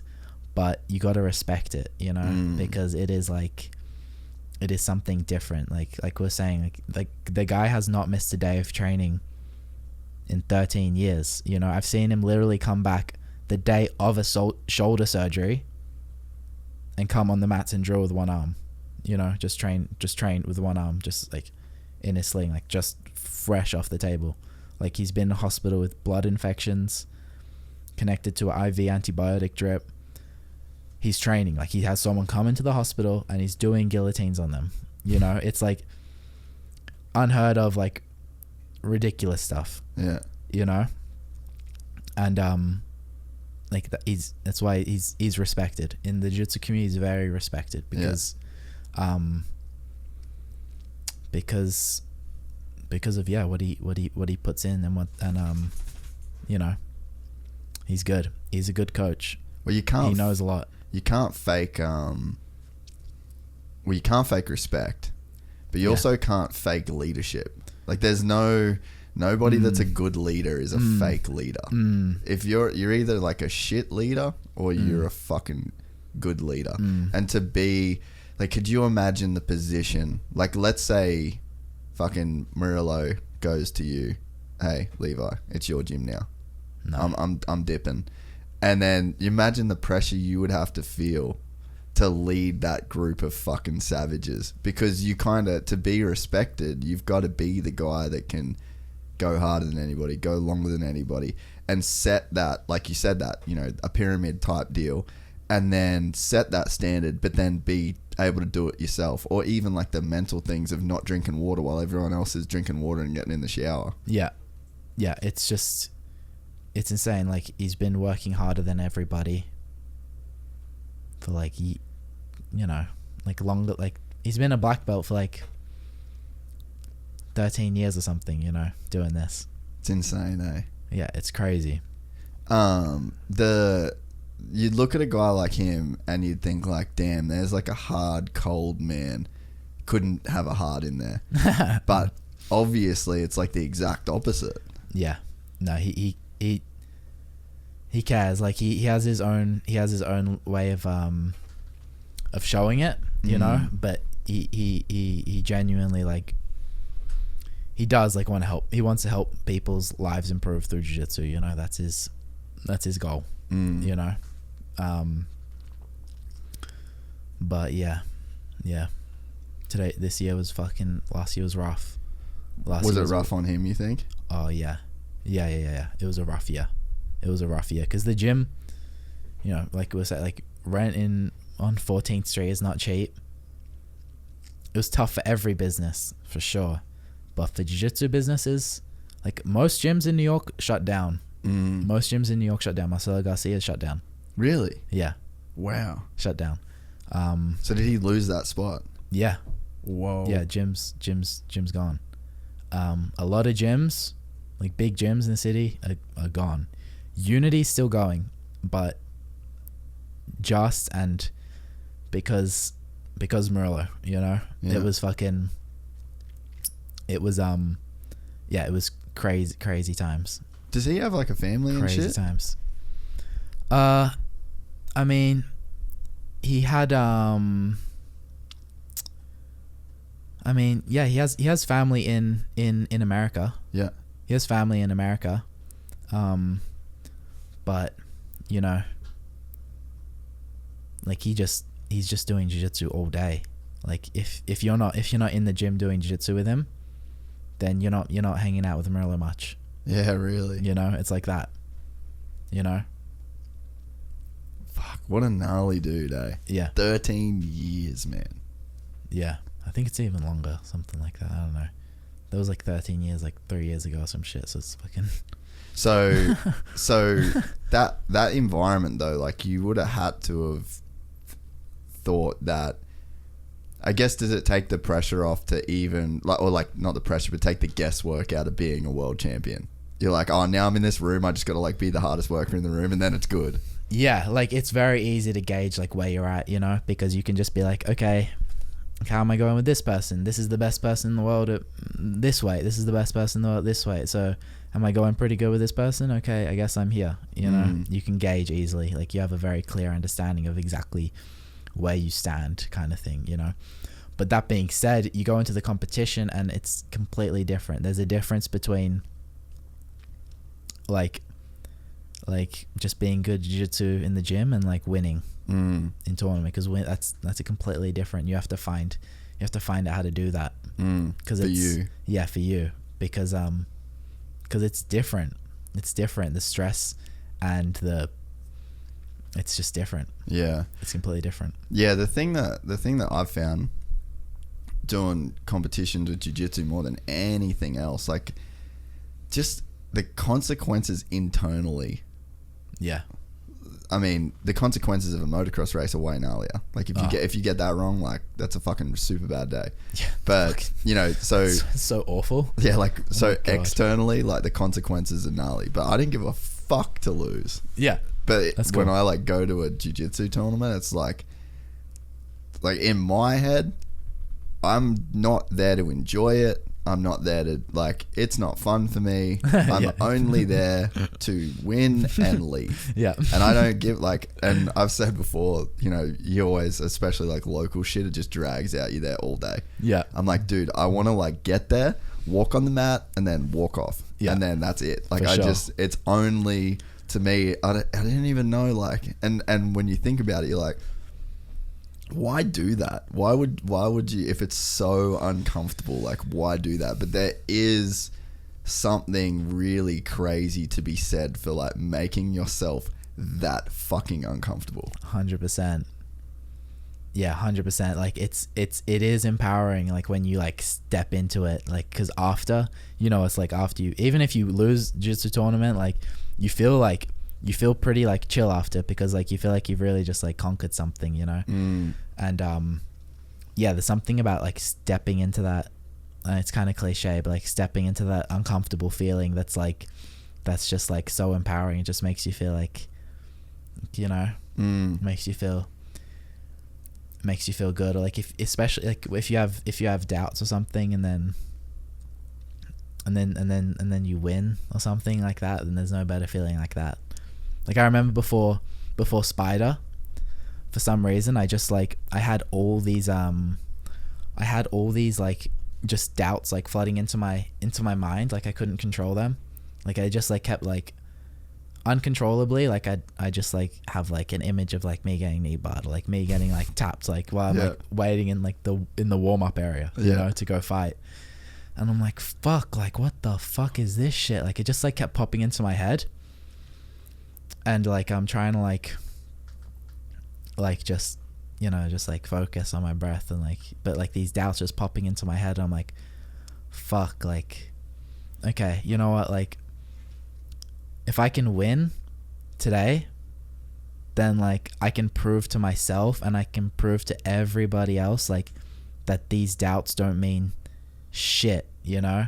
And then it was like, I got, like, this mad motivation from that, you know, just to, like, overcome, like, this, like, own self-doubt, and, like, not just for myself, like, to be able to, like, be like, yo, like, even if you're having, like, doubts, like, mad doubts about this shit, like, uncontrollably, it doesn't matter, like, you can still win. Yeah, and then the win is so much more meaningful, you know. So that win for me was, like, I was stoked about the money, but I was, like, when I first won, I was like, fuck, like, I just felt like incredible, because I felt like I just stomped the fuck on, like, all those doubts, like, and it felt like kind of fuck you, kind of me kind of thing, you know. Fuck you, me. Yeah. Yeah. I don't know. Yeah, no, it makes sense. I one of the things that helped me with and again, I'm gonna fully acknowledge for anybody listening to be like, why are you talking to fucking Levi about competing in jiu-jitsu? No, dude, everyone's got their own coping mechanisms. Yeah, I feel like everyone would feel the same feeling regardless of the level. For sure. 100%. Man, like, my headspace that really helped me with competitions was, I would just think, like, because I just get crazy, dude. Every time I, like, book to compete, get, like, crazy anxiety, like, the feeling in my stomach just from booking. Like, my palms get sweaty just from clicking, like, accept, book now. You're doing this tournament, and that's all of our local shit closes on, like, Wednesday night before the comp, and I just pay a late fee every time. I've never signed up, even national championships. Right. Everything I've ever done, I've always paid the late fee, and I've always fucking signed up late, because I'm, like, not convinced that I'm gonna do it. Yeah. And then, but one thing that really fucking helped me, I was like, dude, of all these competitions that you've done, you've done them, but you've dealt with this, like, crazy anxiety, mad doubts, like, what happens if I'm going to lose? I never wanted to invite friends or family, because I just didn't want to fucking lose in front of people. I was like, this would be terrible for me. Like, I just want to do this by myself, alone, and, like, I'm over it. I'll fucking get there and leave. Yeah. But I was like, man, you've done all of these matches. You've done all of these competitions. You've traveled for them. You've driven for them. You've had these same feelings every time, but every time you've competed. So if you're going to do it, just fucking do it. Yeah. And that's the conversation that I have with myself. I'm like, You've signed up. Do it. Don't, like, you're not backing out even with all this fucking crazy shit going on in your head. Yeah. So if you know that you will step on the mat and you will fucking slap hands with whoever it is, then don't torture yourself for the fucking week before it. Like, what's the point? You are going to compete. Yeah. And if you don't want to compete, don't fucking compete. Yeah. 100%. And it sounds simple, but that was, like, the one thing where it just seems like it made it easier for me, because I just get so stuck in in like exactly the same shit that you were saying. Yeah, but it seemed to work. that's cool. That's fucking sharp. Do it. But then you can watch, like, you watch some people like, yeah, like Craig, when he competes, you're just like, he just looks like he does not give a fuck. Like, I get chilling. some dudes kind of like have that gear in them too, right? Just chill. Yeah. Just training. But never, I wonder if, like, because he hasn't won Worlds, he hasn't won 80s. Oh, I think he won Worlds, like purple belt and shit, right? Yeah, Maybe. he won Nogi Worlds at purple belt. Yeah. Yeah. But I guess, like, yeah, maybe those dudes that it kind of comes easier to. Maybe you need those, like, crazy, and I mean, maybe he just does feel it, but just masks it. But maybe you need that crazy anxiety to, like, push you forward. Yeah.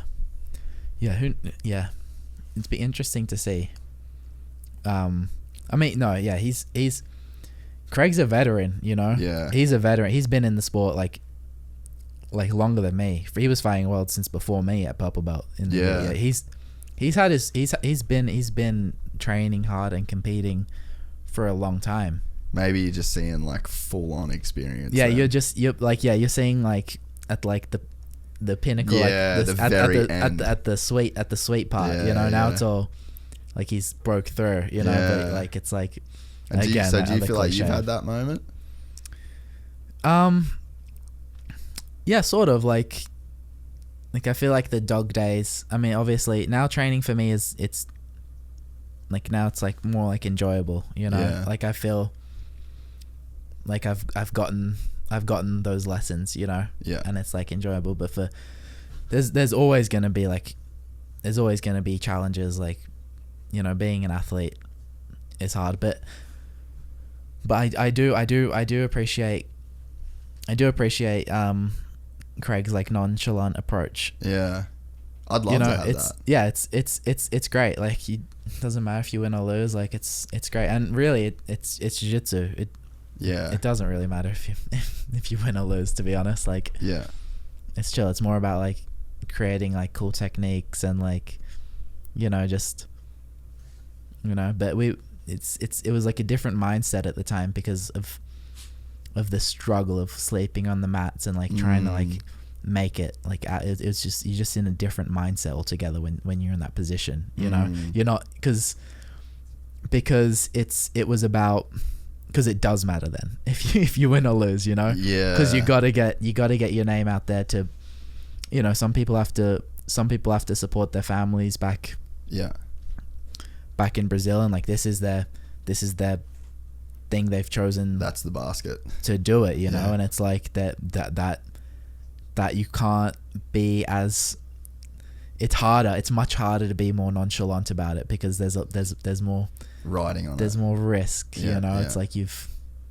know, but now it's, once you do get your name out there and there's avenues for you to take, you know.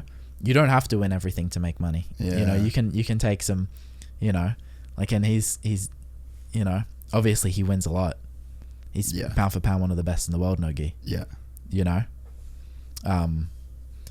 But it's cool too with, like, I feel like Craig's legacy will probably be more so his personality. Yeah, 100%. Because not like I've been in jiu-jitsu for so, like, a real long time, but you just see that dude doing mega personality, and it's almost like he's memeing himself at every opportunity that he gets. It's perfect. And then that's created all of these avenues. Like, dude, when I first started jiu-jitsu, like, I was obsessed with Craig's shit. Yeah. Because I was just like, that's the coolest dude in jiu-jitsu. Like, there's no one that's doing it cooler than him. Yeah, because it was just all personality. I didn't give a fuck what he won. But he has beaten, like, a lot of the best in the world. Yeah. At the same time. Yeah. In, like, a very nonchalant manner. So it's very appealing. Yeah, true. It's very appealing. Yeah. Yeah, when you're on the outside. Appealing. Yeah. Yeah, look, it's dope. It's dope. Whenever someone makes something look easy, it's fucking sick. Yeah, that is true. That is true. So have you announced any of your, like, ADC stuff? Is that, like, a thing that people know that is on your radar? Not really. Is that something we're cutting from the podcast? Yeah, no. I'm working, like like since I got back here, I started going and train a bunch with Lachlan, and then like Lachlan kind of opened my mind because I always thought, like, again, we're talking about this in the car, but like I always thought for no-gi I had to change my game to like play more like inside leg position and all this kind of stuff.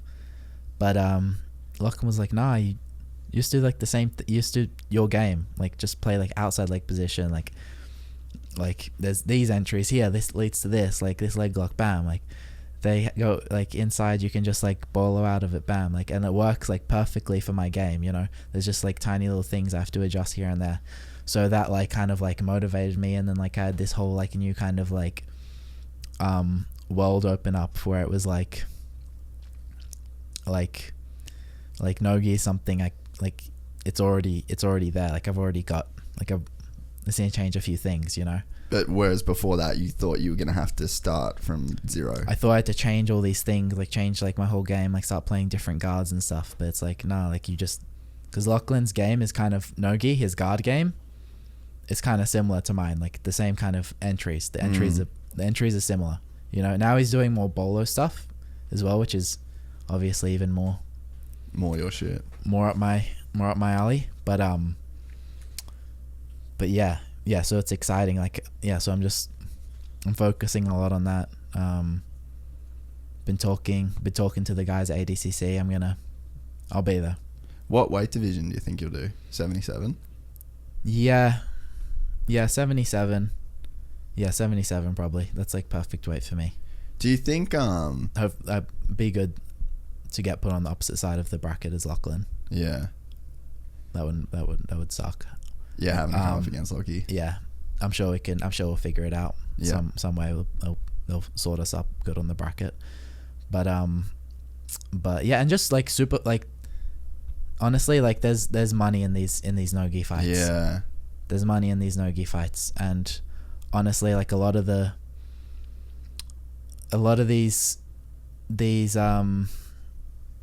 you know, a lot of the no-gi people coming up, like I feel like they haven't had the same fundamental base that you have to create, like getting to become the best in the world in the gi. Yeah. I think like it's a different animal. It's harder. Yeah. It's harder. And you ask these no-gi people, they'll tell you the same thing. Like it's fucking hard. Yeah. It's hard to become the best in the world in the gi, because everything has to be on point. Because if you fuck up one tiny thing, like someone makes a grip and capitalize on the position completely. Yeah. You know, I'm not taking away from anyone that's fucking the best in the world no-gi. I can feel that at a local level of blue belt jiu-jitsu. Like I feel way safer in no-gi than in the gi. Yeah. I feel like, obviously working on the guard stuff, like my guard is in trouble in the gi constantly. Yeah. Because you lose a grip and then it's over. And you're not sliding out of it. You're not there's not like the sweat. It just feels dangerous. Like I feel like I have to be way more on my shit in the gi. Guard retention. If you got good guard retention, no gi, you got fucking. If you got good guard retention in the gi, you got some fucking great guard retention no gi. Yeah. Cause it's hard. It's just harder. It's harder to pass. It's harder to capitalize like on in close space. Yeah. It just is. Yeah, I mean that's kind of one of like the weird things in the sport, right? Is that, and it's, I guess you see it in like a bunch of different sports where they're going to like these more kind of like for TV kind of, you know, they're building the sport around like TV and entertainment, as opposed to like the traditional how it started, like in motocross. Like you race motocross, it's 30-minute motos, it's in the summer, it's two 30-minute motos, you race them for 60 minutes, fucking brutal, the track gets rough, it's an intense experience. And then you put it into a stadium with half the amount of people, one 20-minute race, and it's like nowhere near as physically demanding. And that's just where the sport goes, that's where the money goes, that's where, but you're like, to be the outdoor champion, to win the motocross, it's kind of like being the gi dude and no gi. And you get these guys where they're like, I just want to ride supercross, and they make all the money, and they get all the all the shine. It's kind of, you see it in like kind of a lot of sports, you know. But for someone like you that's invested your entire career in the gi, and then you like a bunch of you dudes are making fuck all money. Yeah. And then It's you like- see like the no gi dudes that, you know, they kind of, yeah, like Nicky Ryan, for example, like he probably wouldn't have put on a gi since he was a purple belt. Yeah. It's fucking gnarly. And like good Yeah. on him, not taking anything away from him. 100%. But it's like, it's a different lane. And like when you're on the other side of the fence doing these like brutal IBJF tournaments and grinding to like get that number one in the world spot, Yeah. you must be looking over the fence like, you fucking serious? Yeah. Yeah. So I'm like, fuck this. Like, I'm coming for that no-gi money. Get Yeah. that no gi paper. Yeah. Get that no-gi money. That fucking makes sense. Yeah. Fuck it. But is that like a point of frustration at times? I mean, honestly, not really, because I was kind of just like, I had a goal. You know, I set one goal at the very beginning, to become the best in the world in the gi, in my weight division. You know, that was my goal. Beat Lucas Lepri, best in the world, lightweight. Yeah. Beat, you know, so I had to focus on that, like just focus on that, and then, yeah. But now I'm just like, I just want to like put on like cool performances, you know. I just want to like express like my jiu-jitsu, put it out there, and like I want to fight no-gi. It looks fun. Yeah. It looks fun. It looks mad fun. So with your black belt career, so for the people that aren't like jiu-jitsu aficionados, Yeah. so you win brown belt worlds, get your black belt, and then you just rip the fucking ass out of the black belt division right until, was it the finals at worlds? No, I got disqualified first. Was it first round? Second round at Worlds, I got DQ'd. I know. So that's like, yeah, that was. But to backtrack, yeah, so Lucas Lepri is the GOAT of lightweight gi. yeah, he's the current lightweight world champion. He won that year. Yeah, and so your first few tournaments, you end up coming up against Lucas. Yeah, so it was just first. Was that your first one? My second tournament at black belt. I competed the week before. Yeah. Just like a warm-up tournament, and then I fought Europeans. Yeah. Which is like one of the 5 majors in IBJJF, and then I had Lepri in the final.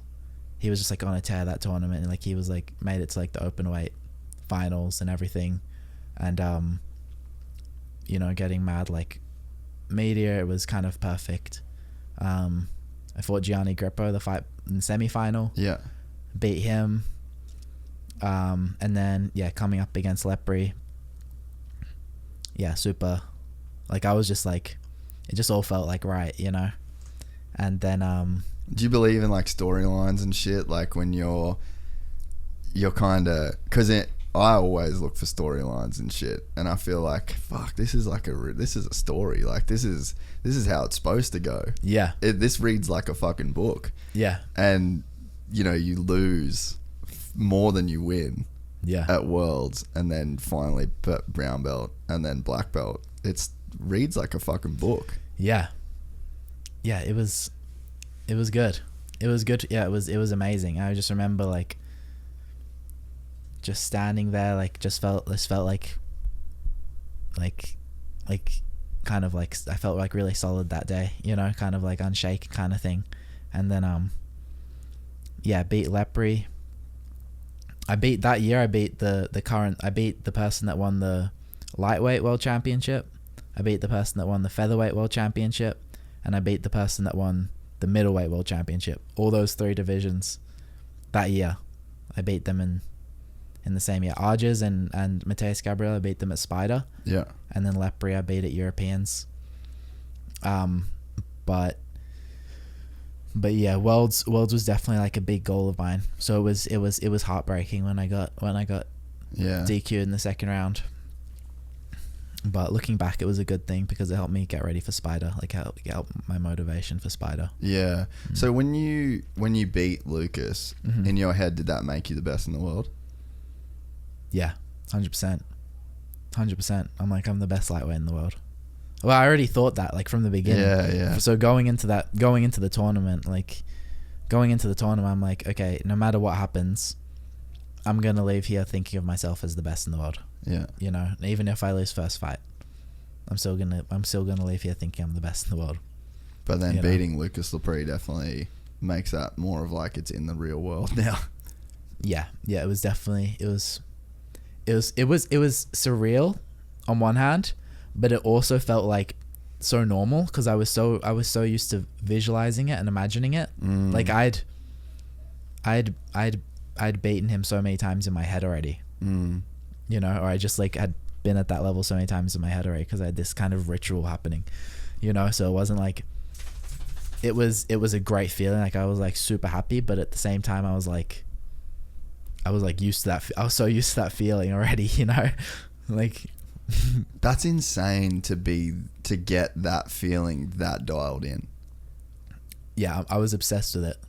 Like meditating on that feeling, like that become an obsession as well. Yeah, it almost became yeah.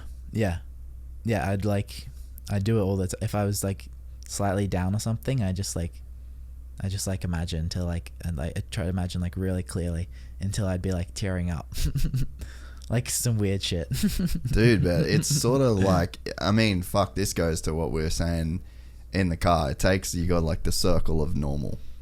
Yeah. And then it's like everyone's, the majority of people are living in that circle that you would call normal. Yeah. And then once you step out into weird. Yeah. You're weird for a minute. You're weird for a hot minute sometimes. Yeah. And then more and more people start to step out of that circle with you. Yeah. And then all of a sudden the circle just engulfs those people. And weird's not weird anymore. It's just fucking another normal. Yeah, I guess so. Yeah, 100%. But it takes those people. Like if no one's ever stepping out of that fucking circle, then everything's staying normal. Yeah, that's a good point. So I feel like you should not worry about that shit being weird and celebrate that shit. Yeah, no, I do. I'm stoked. I don't like. Yeah, now I'm just chilling though. I'm just.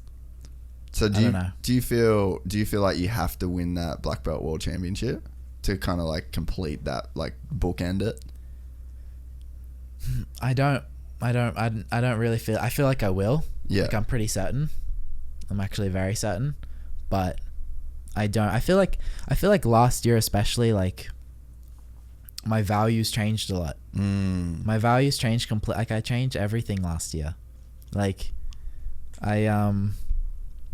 I don't know, like I value, like I think I would have changed values for a lot of people last year, you know, but now like more important, I know this is cliche again, but like, you know, more important things to me about like is like, you know, kind of like expressing myself and like getting to like understand people and like having like close like relationships with people. Like that's kind of like human connection has become like a higher value for me than like just getting that world title, you know. So just because last year obviously was brought everything kind of bigger picture, you know. You can't be like you can't be very like I don't know. Last year was an eye opener. Last year brought like for sure a lot of people feel the exact same way. Yeah, you know, it's there's bigger picture kind of stuff. Like not saying that, you know, following your dreams isn't big picture. That's big picture stuff too. You got to do it, but like I don't know. That can't be like the exclusion of all other things. I guess everyone has to determine what their own values, what their own values are, what they value the most, you know. And everyone, there's no right or wrong way. I don't think there's any right things to value more than others. But for me personally, they changed slightly for me, where it's more about like like I said, like human connection, that kind of. What brought that on you? That kind of shit. You know, just because it's like obviously there's a circumstance there that brings it on. So you're in like this weird circumstance, global pandemic. But like, what's the thinking? Like, you know what I mean? The internal shit that pops up and you're like, fuck, probably should look at that.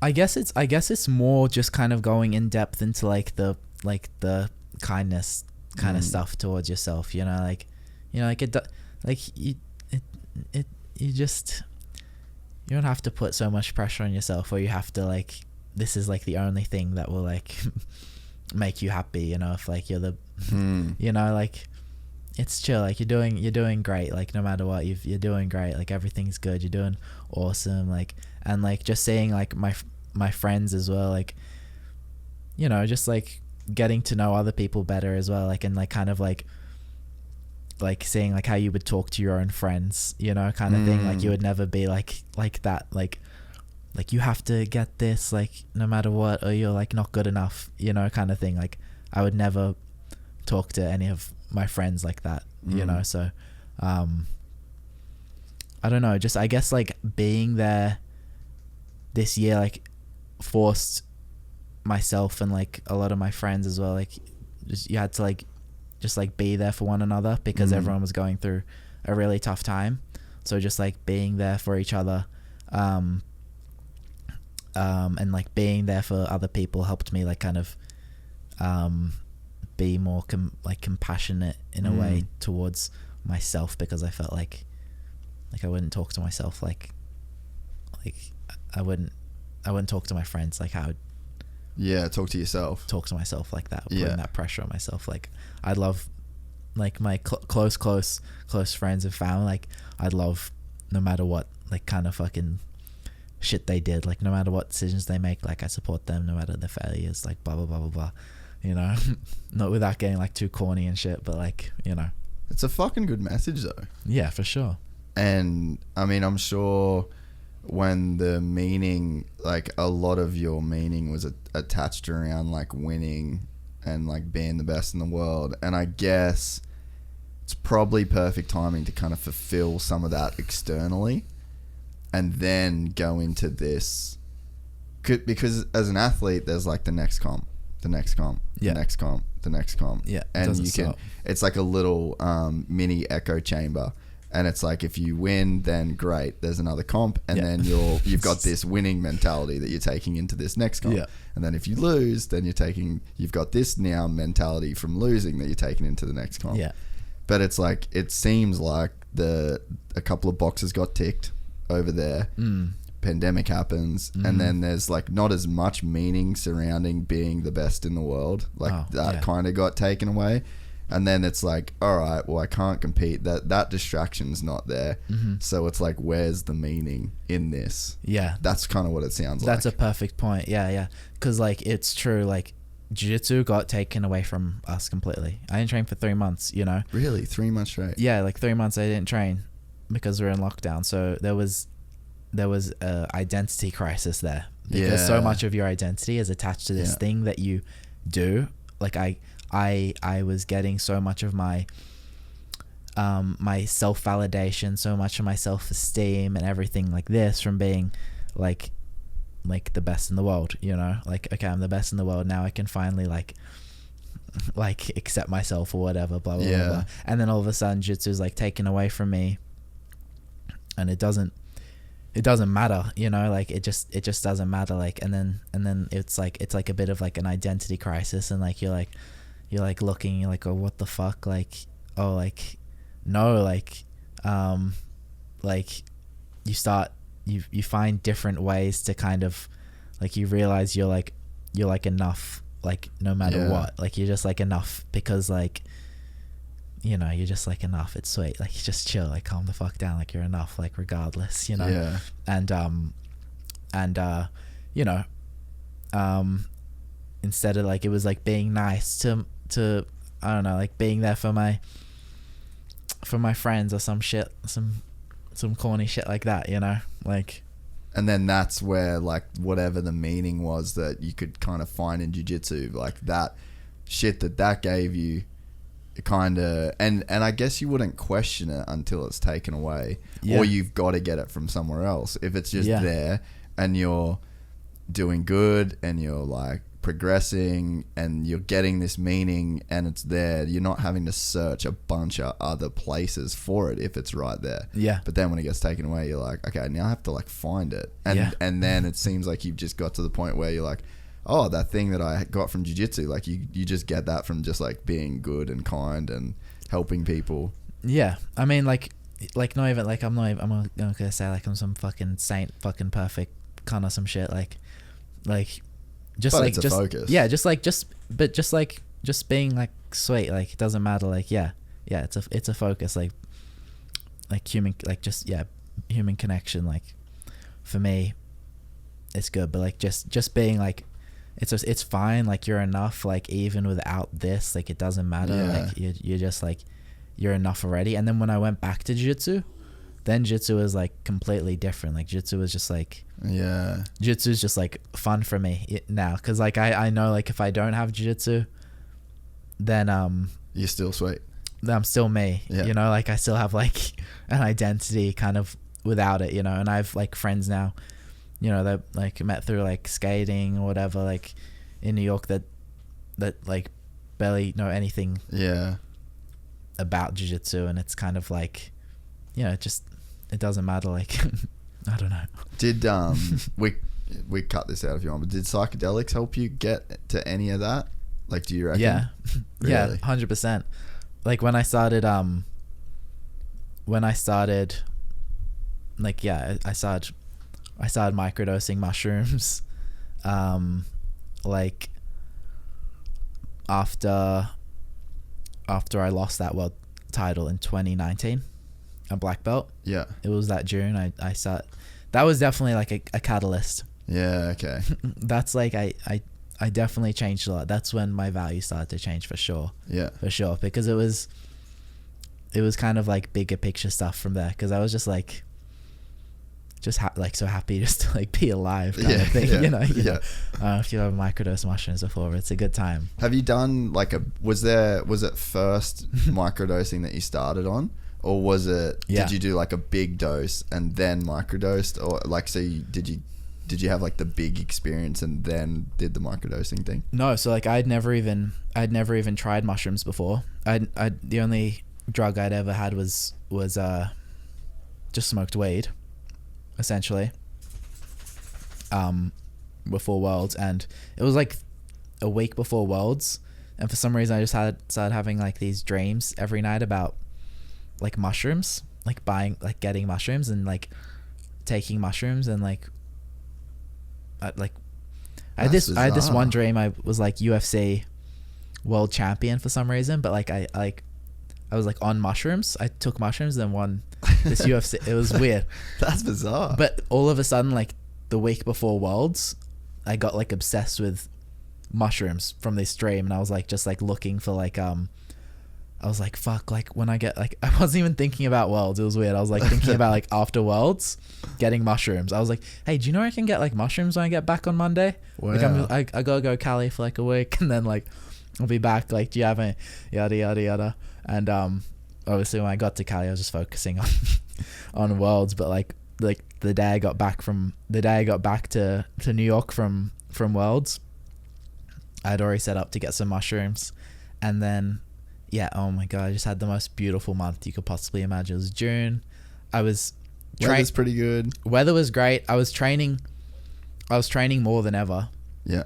Like, because I was motivated as well, you know. I just wanted to, but it was like a different kind of motivation I had, you know, because I was microdosing, and then I'd go to training. Yeah. And it was just like I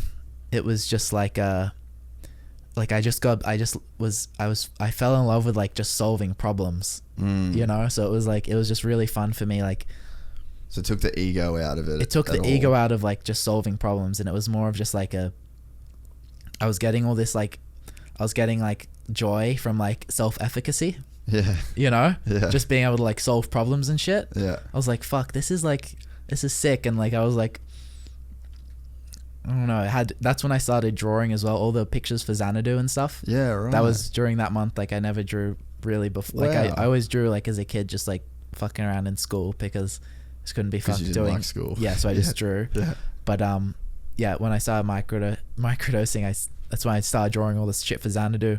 All that, most of the shit you'll see on the gis, I drew in like that first month of like microdosing in New York, like just like around the city, like just in my own world, like doing training, drawing pictures and shit. And then that kind of like opened like more of like my creative like mind, and like started taking me down these different avenues and stuff, where I'm like a bit more music, a bit more drawing, like a bit more like Xanadu stuff, and just building different thing, sort of. Just like different passions in different areas. Yeah. It's so weird how that came about. I don't know. Just a fucking dream. A fucking dream. That's bizarre. And I was obsessed. Really? I was obsessed. Like I was dreaming like about it like every night. No way. Like I just had like I just had to get mushrooms. That is insane, dude. It's so funny. It's fucking cool. It's so funny. And then that man, such a great time. They're a crazy. That's a crazy thing, because there's no like with weed. You got to like get the plant, and then you got to grow the plant, then you got to dry the bud, and then you got to do all this shit. Yeah. And then you got to smoke the weed, or you got to eat it, and then it gives you this effect, right? So there's a process, and weed's probably the most natural, like one of the most natural drugs that you can do, because you're just doing what the plant is, but there's a process involved. Yeah. Mushrooms, there's no fucking process. No. It's literally like what you can fucking pull it out of the ground and then just eat it, and then you get the thing that it's got. And there's nothing else, man. There's no process in. No. I mean, you fucking dry it and shit to make it, you know. Yeah, you don't even have to. But yeah, you don't have to do that. You can fucking just eat it. You fucking eat a mushroom, and then like everything's right there. Yeah. Cause yeah, like you can. I mean, dude, the first time I had mushrooms, it was like like 3 or 4 grams of mushrooms. So like I definitely was like tripping. Yeah, it's decent. But I remember having this like a pretty eye-opening experience. Like I've always talked a lot, obviously, and you know, got a podcast, makes sense. Yeah, but I always had this feeling of like I had to talk. It was weird, and I never like I could be in these situations where I'd be out or I'd meet new people, and then you just like don't shut up. And it was all out of like, and then so I think that's where my whole like ego complex started, is because I would get I knew that I was like, oh, these people think that you think you're better than what you are. But I just had like this weird, that was like my insecurity. That was like the presenting factor of the insecurities that I had, was like, okay, you got to be the vibe guy. You got to make sure that everyone feels good. You've got to keep the conversation going. Like, don't let dead space. Don't let people get down. And all of this was coming through on mushrooms, because we're sitting there. I was with my friends and I'm sitting there and I just couldn't talk. And it was like the first time in my life locked up. Couldn't say a fucking word. Most uncomfortable I've ever been in my entire life. Wow. I was just like, and it was all internal. I was just sitting at a table and everyone's kind of talking, and I'm just having this like fucking war inside. Jesus. Because they're like the feeling of me wanting to talk and like add to the conversation. Yeah. Couldn't do it. Fuck. And then I'm sitting there and I'm like, what the fuck is going on? And I'm having like an internal conversation with myself, but couldn't physically speak. And then my buddy's like, "You all good?" I was like, "Mm-hmm." Just couldn't talk. And then I had like that realization that like it's okay not to be the fucking vibe guy. It's okay not to, but for whatever reason, dude, my whole life, and I never knew where it come from. And I thought it was like a negative part of me. Like I thought it was like, this is a bug. This isn't a feature of the program that I am. This is a bug. This is like a problem that needs to get fixed, and it's coming from like a bad place. And then I just had this thing. I'm like, this is just, you're insecure about it.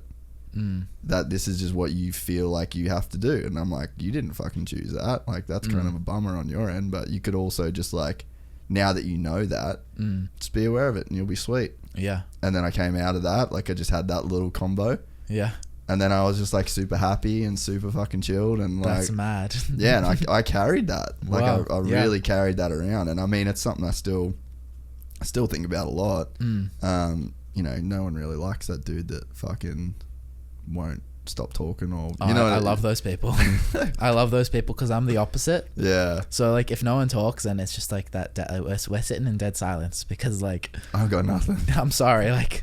But what's going on in your head internally that makes you not want to talk? I just zone out. I've always like just been like a bit of a space cadet, you know. So I'm just like kind of like, but like when someone's like engaging, then I can like be like, okay, like let's go, like, you know. Yeah. So do you like when a person around you's talking heaps because it just like brings that out of you? Yeah, I do. I enjoy it. Okay. I appreciate those people. Yeah, but man, like, so that was a mushrooms thing for me. Was like that was like one of the big lessons that I got from that. And then I don't know that I've really taken that much out of it after that, except for like I feel like one of the things I probably take like now when I do mushrooms is like like you can bring that feeling back of everything feeling okay, everything being amazing. Yeah. I mean, the last time I did like a proper like 4 grams probably again, I remember we were camping at a mate's like farm, and there was like crazy stars, fucking full. The Milky Way was out. Like, it was just this epic night. Beautiful. And I just like took my clothes off. I had a 20-gallon drum full of water for like washing the bikes and the dog and shit like that because we were riding.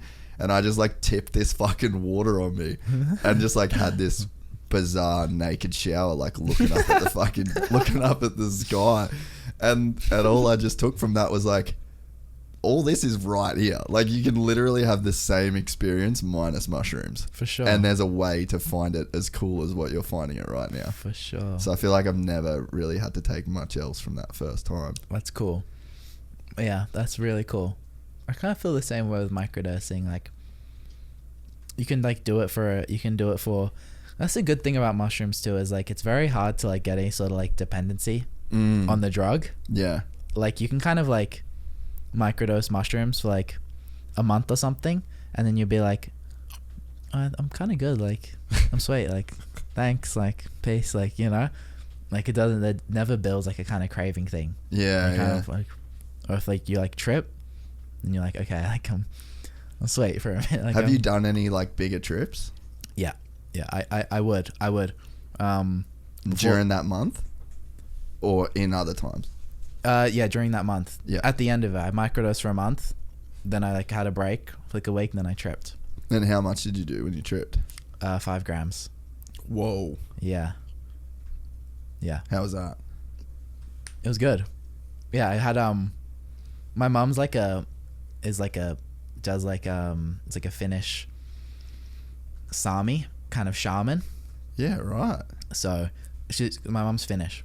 So she kind of like, that's kind of like her sort of religious kind of practice that she uses, and it's kind of a lot of it's like journeying, you know, this kind of stuff. So whenever I do it, whenever I trip like that, I don't really feel comfortable like doing it like with other people, so I just like do it in my room, like alone, kind of by myself.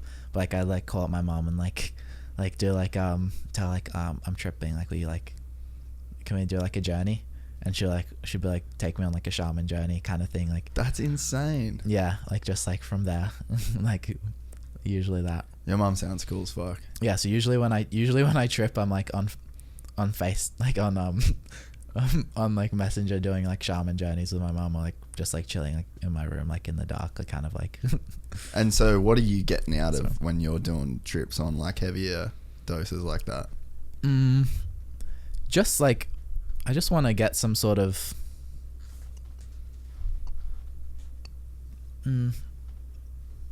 just some like understanding, you know, like I usually go in with like intention to like understand something, like I don't know, like a good mode of like just try to like sort some personal shit out, you know. Trying to like look deeper, like where is this, why do I feel like this when this person's doing this or something, and like look into that, or just usually just to like reset and like see like bigger picture stuff again, you know, like we were talking about before. Like I usually would do it like before, like I go and compete in a tournament. Like before I fought Spider, I did the same thing. But I was like in Australia, like, with my mum and my godmother. My godmother's also practices like this. That's so epic. She's also like into like this. I want to go do mushrooms with your mum. Yeah, it's a great time. That's so sick. Definitely welcome. But yeah, my mum and my godmother, like week before Spider, I think it was like the last time no, definitely it wasn't.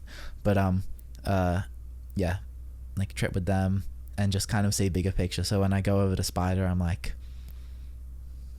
I don't give a fuck. Like, it is what it is. Yeah, you know. Fuck, that's so crazy. And do you think it made jiu-jitsu better? Like your jiu-jitsu better? Was there any like, is it a technical? Because I mean, this is like kind of one of the things too. Like even with meditation and stuff, like people want to use it as like a life hack. But it's like if you're using it as a productivity hack, or if you're using it, you're kind of like missing the whole thing. Like even to say like, I want to get good at meditating, it's like, well, you're kind of fucking screwing the pooch like from the get-go, you know? Yeah, 100%. But I mean, I'm sure there is a bit of like, you could see certain improvements, or you could see certain things that would be like better as a result of it, maybe. Yeah, you don't see. You never know if it's placebo or not, but I definitely felt like I improved a lot on the creative aspect of things. You know, like I started working more on like, I think my jiu-jitsu got a bit more groovy. Yeah. That's the best way I describe it. It got a bit more groovy. It's a bit more like different. Hendrix. It's a bit more different now. You know. Yeah.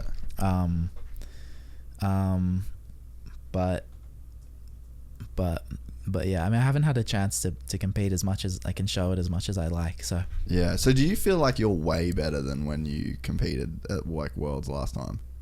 Yeah, 100%. Yeah. See that like to me is like, because 100%. It's almost like we don't do the same thing, even though I've been doing jiu-jitsu for. I can say like I've been doing jiu-jitsu for years. Yeah. But it's like we just don't do the same fucking sport essentially. No. But it's like, you know, so for me to look at like you getting better almost seems bizarre to think about. Yeah. It's weird because everyone's getting better. Yeah. So you can't, it's hard to gauge. Yeah. Because it's hard.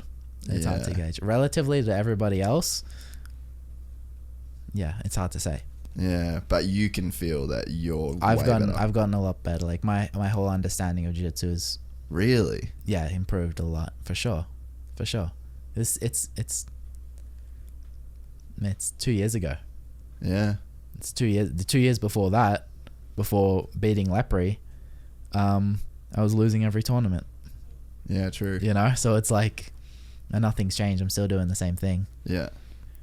One thing, like to sort of steer away, one thing that I wonder is just like, does the fucking pain go away of train? Like when you're really training, like I wonder about guys at that level, and when we were talking about like the pain that you can go through in motocross. Oh yeah, so like that's insane. But jiu-jitsu is a different pain because it's like this daily. It's a grind. Like the pain is just always there. It's not like as acute. I feel like from the motocross stuff, I've definitely gotten really good at blocking out like super acute shit. Yeah. And you can kind of compartmentalize gnarly. That's so fucked up.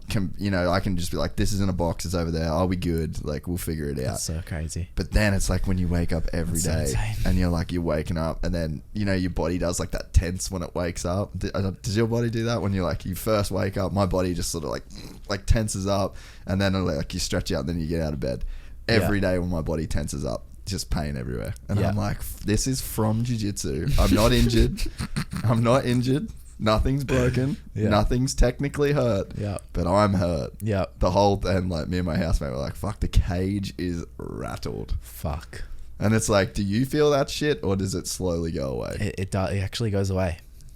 Fuck, there's hope. Yeah, it goes away. Because your body just gets used to it. And what do you do? And you just train through it. Yeah, I mean, you can. Your body does get used to it after a while. You know, just like holding yourself in like the positions, like holding your knees to your chest, for instance, and like that kind of thing. Yeah.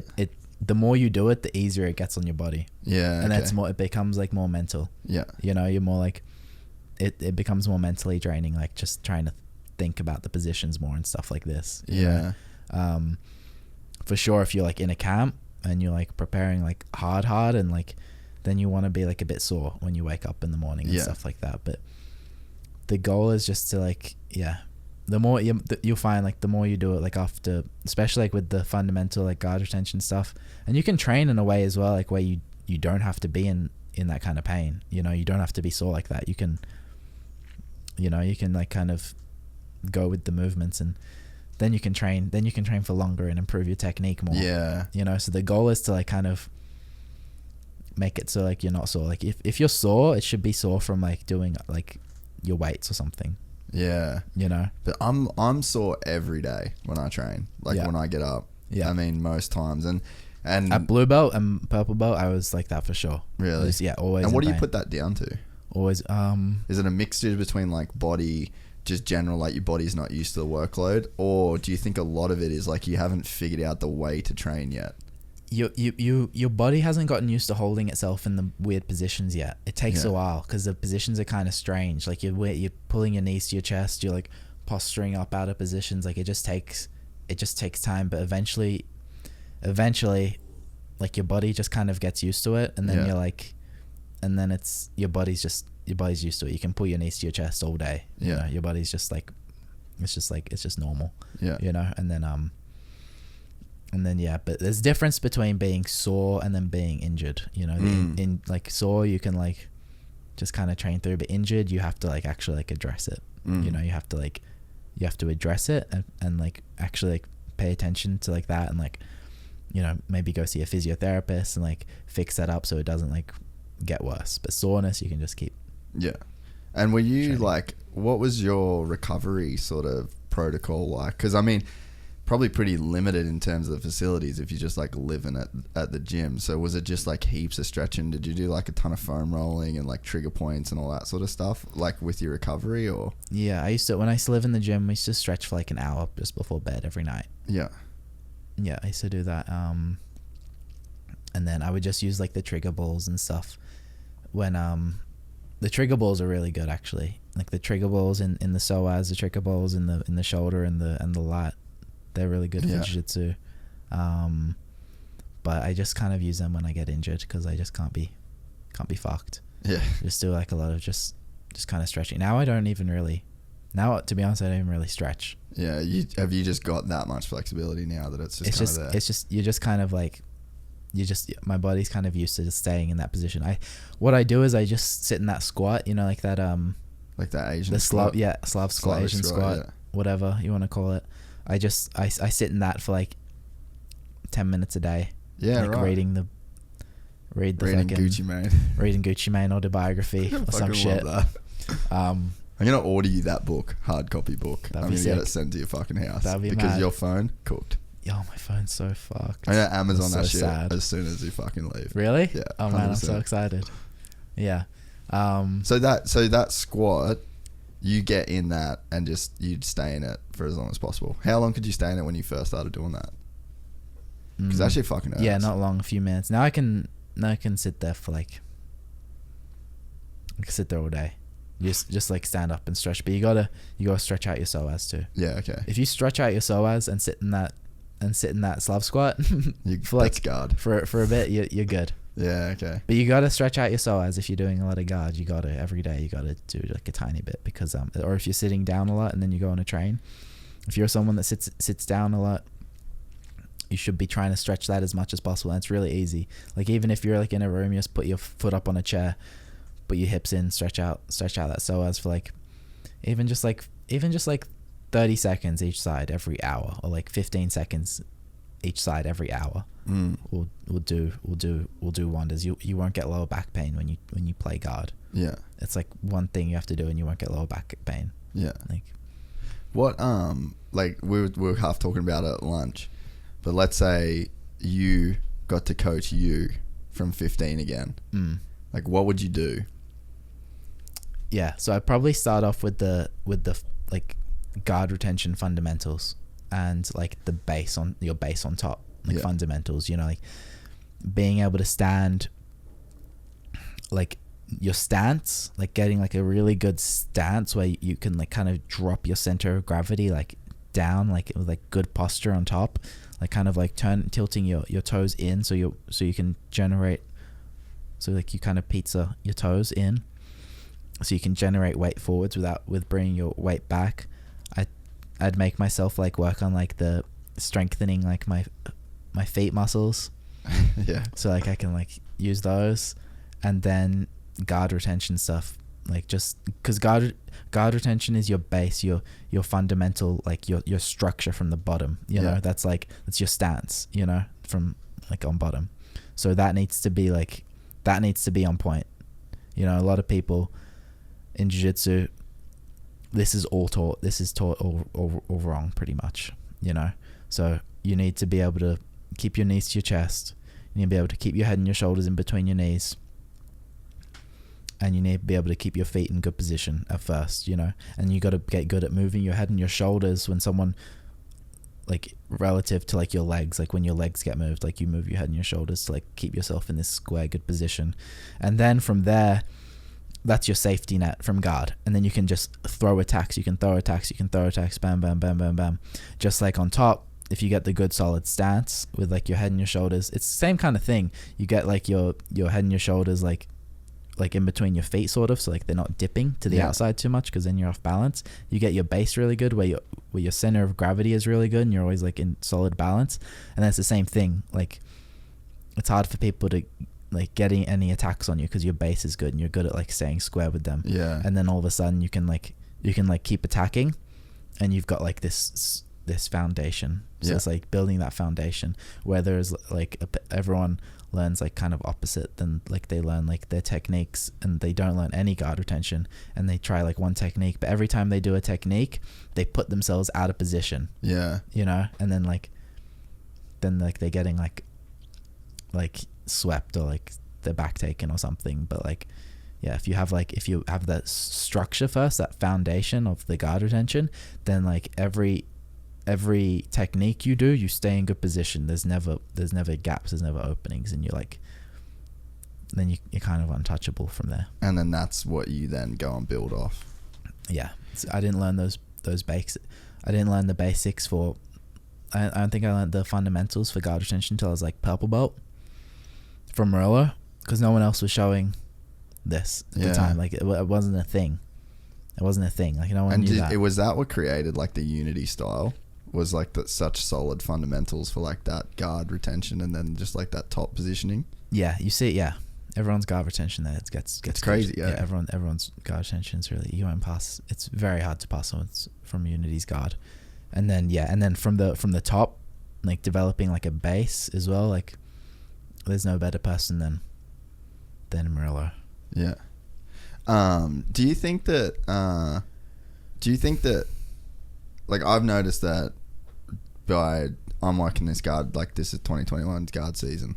Yeah. And it's like, I feel like when I do, you know, if you're in specific training or you end up coming up on a sweep or whatever and you are on top, I've almost found like my passing's better without working on any passing, purely because I've had so many, like you're spending so much time getting like people trying to pass that you sort of just do the antithesis of what is, you know, getting done to you. And it kind of, because like I'd always have this, like I'll do this first and then I'll do this second, like I'll do the top game from this point out. But it sort of seems like just by really focusing on one area, you're kind of learning what works. And then you just like, when you're on top, you're like, I'll just do what works. Yeah, for sure.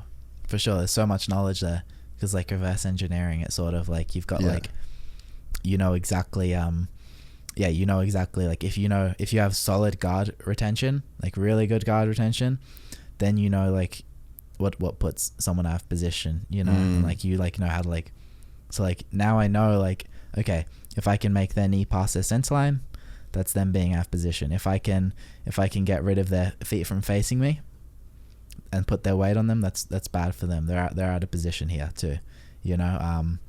And then like you good at like the weaknesses. Okay, their feet are a bit high, their hips are off the ground. Okay, I'm not gonna go around them because it's gonna be too easy. I'm gonna just push the bottom of their feet a bit, you know. You push the bottom of their feet, they have to make their hips heavy, so then you just push their feet down, you go around. Like it's like, yeah, so you're just like 100% building it off backwards. And so you had to go to America, essentially, to be a world champ. Do you think that that's changed in Australia now? Yeah. So if you're a kid, you don't have to go to America. No, you don't. I mean, look, like Taliesin, best rooster weight in the world. Yeah. Best rooster weight in the world. Yeah, you can say what you want, but he's the best rooster weight in the world, 100%. I'm the best lightweight in the world. I'll say it now, 100%. Lachlan, best no-gi lightweight in the world. Easy. Best fucking, you could say he's the best heavyweight in the world, no-gi. Well, he's beaten the heavyweight world champion. 100%. So, no, you don't. But it wasn't like that 5 years ago. It was not like that 5 years ago. You know, Lachlan was at Unity with me, 2016. Really? Yeah, we were there. We trained at Cabrinhas together. We used to go around like all these, and like seeing because no one knew the formula. Yeah. Back then, no one knew the formula. Like people still didn't understand 5 years ago, or 6 years ago, 7 years ago when I first started, or however long ago it was when I first started. No one here understood the formula, like to become the best, and no one had put in that much time to get those just the knowledge base. Just the knowledge was not here. Yeah, it wasn't here. There was no places that you could go to surround yourself with people that are doing that. Yeah, there wasn't the best in the world person here. Yeah, it just didn't exist. Now Australia is literally like has some of the best people in the world. Yeah, like it's crazy. Like and you'll see like people are gonna want to be people are gonna be coming to Australia soon. Yeah, well, dude, that's what was so crazy about Lockie's camp. So we went to Thailand. And I was so green, and you go there, and then there's like these people, man, were just like fucking foaming on Lockie. They just put in so much time of his YouTube channel. And dude, he was just like this guru to these people, and they'd literally traveled from all over the world. Like the camp just made it easy. Yeah. But people, essentially, that is people traveling to Australia. Like they're traveling to Lachlan. Didn't matter where the fuck he went. Like these people were gonna go, and man, they'd watched every video. They'd studied all his shit. They'd got every instructional. And you know, there's like a bunch of people that go and they stay at Absolute, and you know, that's when I first met Taliesin, was before Pan Pacs won. It was either Pan Pacs or Nationals. I can't remember which one it was. And then, yeah, he went there to train before that. So, yeah, like there is that deal is like starting to happen here. Yeah, it's so good. We're so lucky. So lucky. And do you see yourself, like, what do you see for your future in terms of like where you're going to be based? Yeah, I'm not sure. Like, New York for me is just like kind of special. Yeah. Because, like, I feel like when I go there, I don't know, it's something about the energy of, like, I just like the energy of the city. Like, I kind of feel like I can just like let go to the collective kind of energy, and I don't feel like I have to be like extra. Yeah. You know, I don't know. Something about it I just really like, but you know, Australia is always going to be my home, 100%. Like it's where I'm from, you know? Yeah. So I don't know. I don't know. I think I'll always have a base here, and I think I'll always have something set up there, but I don't think I don't think I can choose one. Like this is where I come from, you know, like my roots and stuff. When you were, with you being like as sensitive as you are and as close to your mum as you are, how hard is it just like leaving your family to go to New York? Like, were you insanely homesick through that period at all? Or did the goal override that shit? Yeah, the goal kind of, no, for sure. Like, I just call them every day. I call them every day, even when I'm away. 'Cause I got my sisters as well. Yeah. Like, I have my mum. My mum has three little girls. One of them's 2, one of them's 9, and one of them's 13, and I'm like mad close with all of them. So I just call them like every day and shit, and then it's sweet. But there's no, for sure, like 100, like the first couple trips when I didn't have anybody I was kind of close with yet. Yeah. Then it was like it was really hard, just pretty homesick. But after you just become like so close with everybody, living with them, then you have like, you feel like you have a family there, and you have like a support. Yeah. And then it's not as, takes the edge off it. And then there feels like a home. For me now, when I go there, I also feel like I'm going home. Yeah. You know, because like these, especially after going through everything this year with all of them, like they're, you know, I've got like family there, you know, like my friends, like I'm super close with them. Yeah. And I think that there's something, I was speaking about it before on here, but I think there's something that's special in jiu-jitsu, or just like anything that's real hard. When you're like going through something super hard with people, you end up getting a bond, because like, yeah, if you like your friends through skating and shit, it's like they could look at jiu-jitsu and be like, fuck, that's crazy. Yeah. But they wouldn't understand how hard it is. And you kind of need people that are on your level to kind of like get what you're going through. And I think that's why, like, I feel that with guys in my gym, and it's not even close to the level of, you know, like hurt that you've been through with those dudes in like that gym, in that environment. Yeah, I think that Murillo definitely took some influence from some sort of military books or some shit. Yeah, really. About like building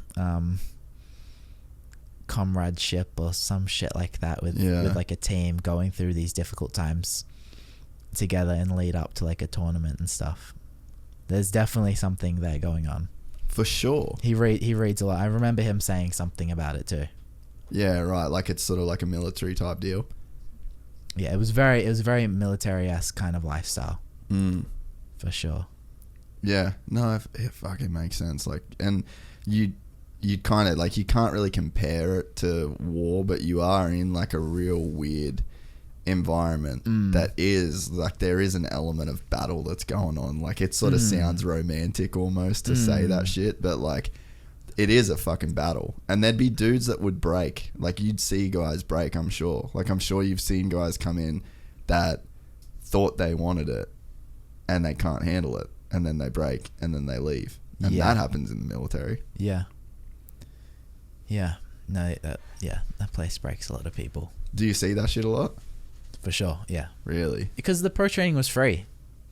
Really? It was free. Anyone can come in, but it was always like most days it was like empty. Really? Yeah, it's 3 days a week. It's completely free. Anybody can come in from anywhere. They don't have to pay a thing. They show up and train. And it's a small gym, but like even on those days it would be like 10 people, because if you come in, then you have to do it. You have to do all of it. You can't sit out around. If you come in, you have to. If you sit out around, then you can't train anymore. You don't train the rest of the day. Wow. Yeah. Dude, this is just talking to you about that kind of training. You know, I was saying I'm doing that month. 60 sessions isn't enough. 60 sessions is good. 60 sessions is really good. Yeah, I don't know. No, it is. It's not sounding like it's enough. It is. It definitely is enough. It's a lot. Yeah. It is a lot, because you got other shit going on. You got that's true. If you're just literally sleeping on the mats, even 60 sessions for us is a lot. You know, we're not doing. It's maybe, you know, like 2 more sessions, but they're light. They're very light. You know, just like some light drilling. You know. Yeah. It's a lot. Okay, fair enough. I'm just thinking. I'm like, oh, I've sat out a round or two. I don't know if I can be doing that anymore. There's like a little honestly, if you're in New York, the pro training, a lot of people like especially if it's for a camp, like World's Camp, like you're not doing more than just the pro training. Really? You're only doing that? Yeah, unless you're like putting in your yards, like during like the colored belt season, then like when you're a colored belt, then you're putting in the yards, you're just breaking your body kind of thing to like get that skill level up really quickly. Yeah. But once you get to black belt and you're getting ready for a tournament, you have to just have like your body like good. You know, you want to be going in there fresh. The technique's there. Yeah. So when the closer the tournament gets, like the less you train. So like during like this Worlds camp, for instance, like I just do like a bit of drilling and the pro training and then just chilling. But the pro training's like 3 hours long every day. Yeah. It's fucked up. It's fucked up. It's so fucking gnarly that like, it's just gnarly that you can sit here and say like, yeah, it's fucked up. I did it every day. Yeah, it was fucked. You can go, you're like, this is so fucked up, but you go back. Yeah. That's pretty legit. I think, but nothing, you can't emulate that old gym. You can't emulate it. Really? You can't, it's not the same in the new gym. There was something about that, just the no air, that heat. It can't be, nothing will ever be as hard as that.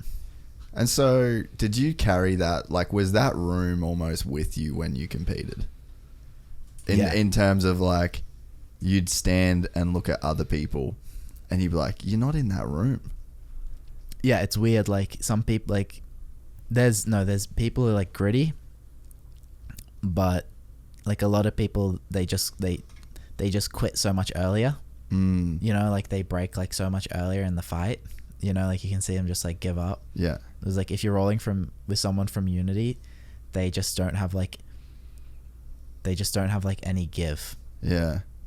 They're just like mad skits. Like, they'll just go out on the sword. Yeah.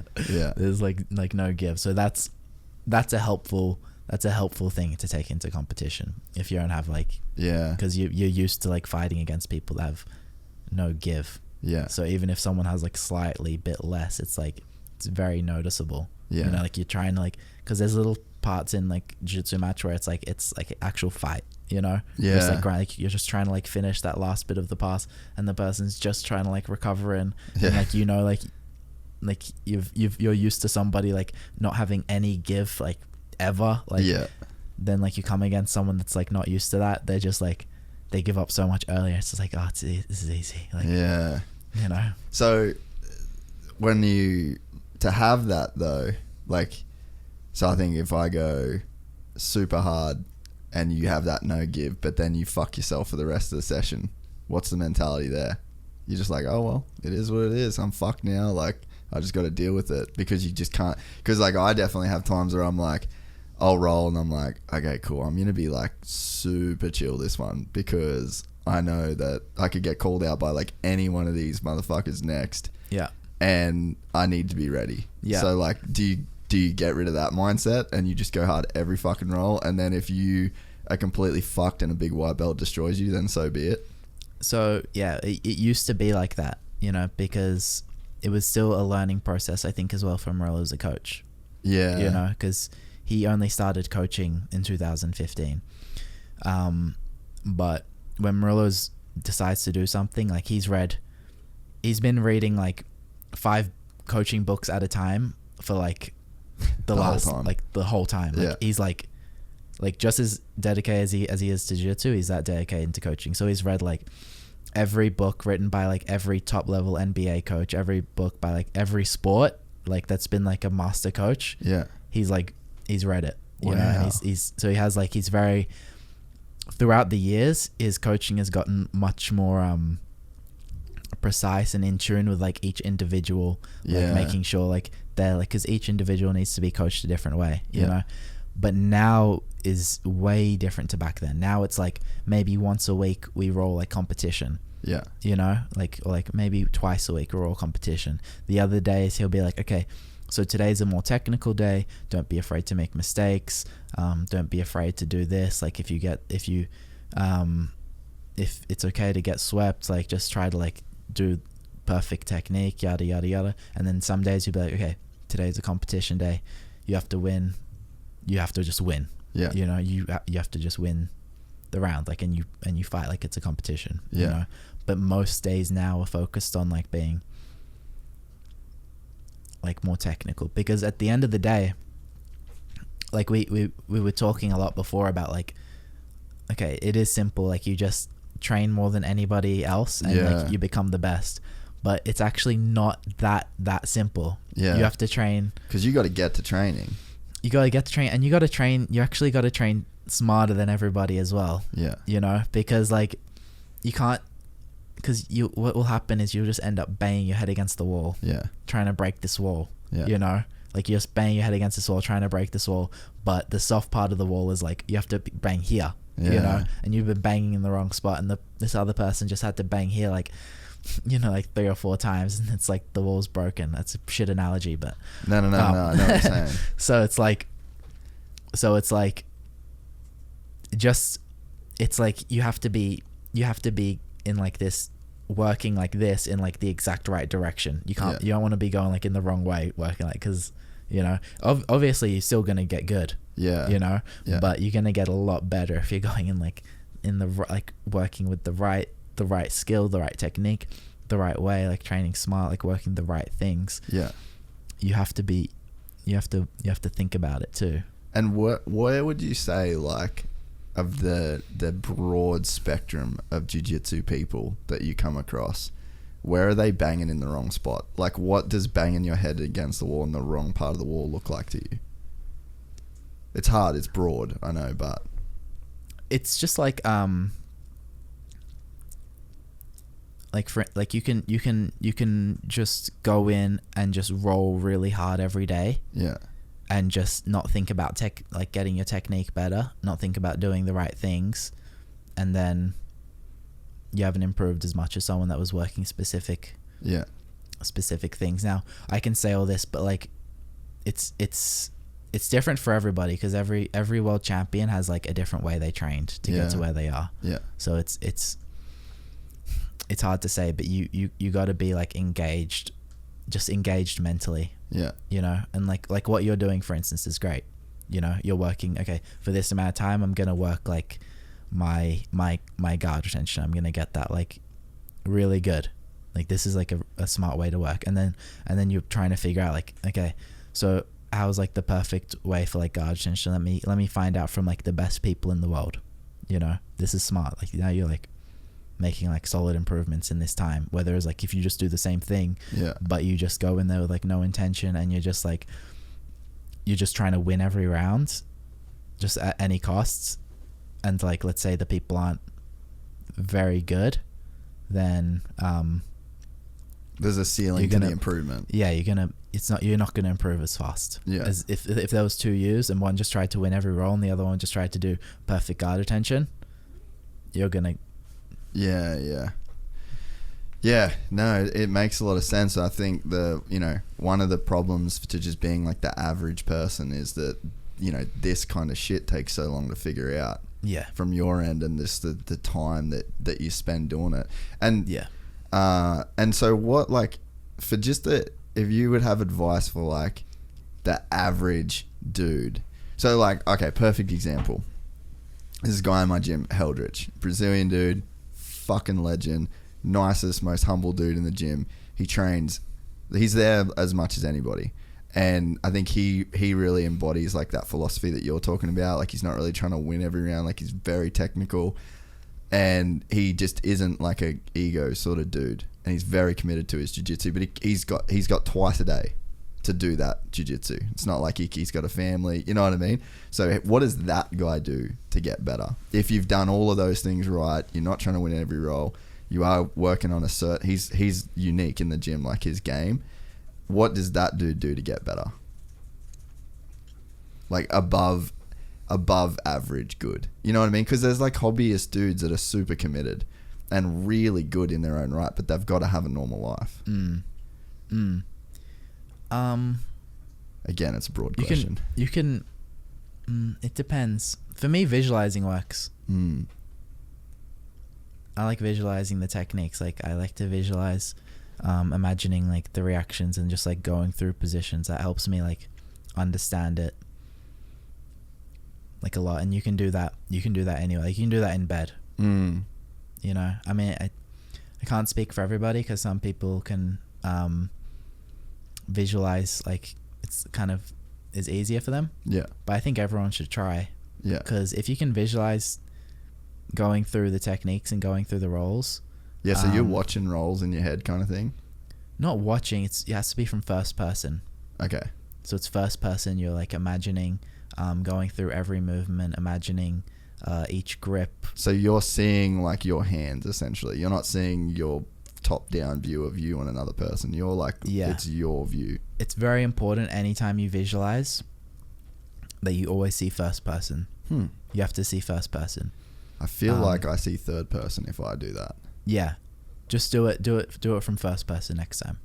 Yeah, and then you want to go through just imagining, just doing the technique perfectly, and like doing the technique perfectly on the person reacting too, because you start to understand like better, like this is like I train like a lot just like visualizing, you know, like half an hour before I sleep.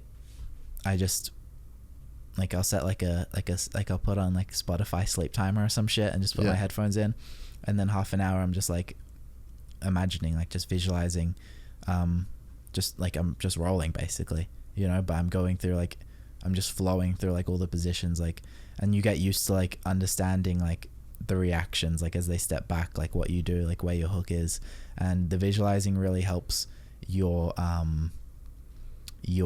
details, because you're focusing on like where everything is, kind of thing. You know, like you're imagining where your hand is, like how it's gripping at the hip, and you can kind of like feel if like imagining if something's wrong, like what you have to do, and then you can kind of think about like where they might move. Or even if like if you're just starting visualizing, you can just even imagine just drilling a move, just like drill it even without reaction, because they've done a few studies on this, you know, like I think they did it with some basketball players. They've got one group to practice three throws for a week, and the other one just to do the same amount of reps just visually. And the group that just practiced visually, like just imagining it going perfectly through the hoop every time, the same amount of reps, they did better on the exam test. At the end, you know. Obviously there has to be like a lot more tests like that, but there's definitely a lot of evidence to suggest it works, and I can give my own testimony that it works pretty good. And do you get better at visualizing? Like you can start to see it clearer. 100%. Yeah, you get way better at it. The more it's like a muscle. Like the more you do it, the clearer it gets. Like, yeah, it gets to a point where you can really feel, like you just like imagine, like you can feel like the position, like just the same as like if you're doing it. Yeah, you can work that visualization muscle big time. It gets good, and then that's just, then you can train anywhere. You can get better at jiu-jitsu, like literally anywhere, you know? And like some could argue that like you could get better doing that than you could like rolling for an hour. Well, there's no physical toll. Like you can visually roll for hours. Yeah. I remember, I wouldn't say like I actively try and visualize. I definitely like my mind drifts, and I'm in the end what I'm doing is like watching jiu-jitsu in my head. Yeah. But I had a crazy experience. I did a float tank before one of the, like it was either nationals or Pan Packs or something like that.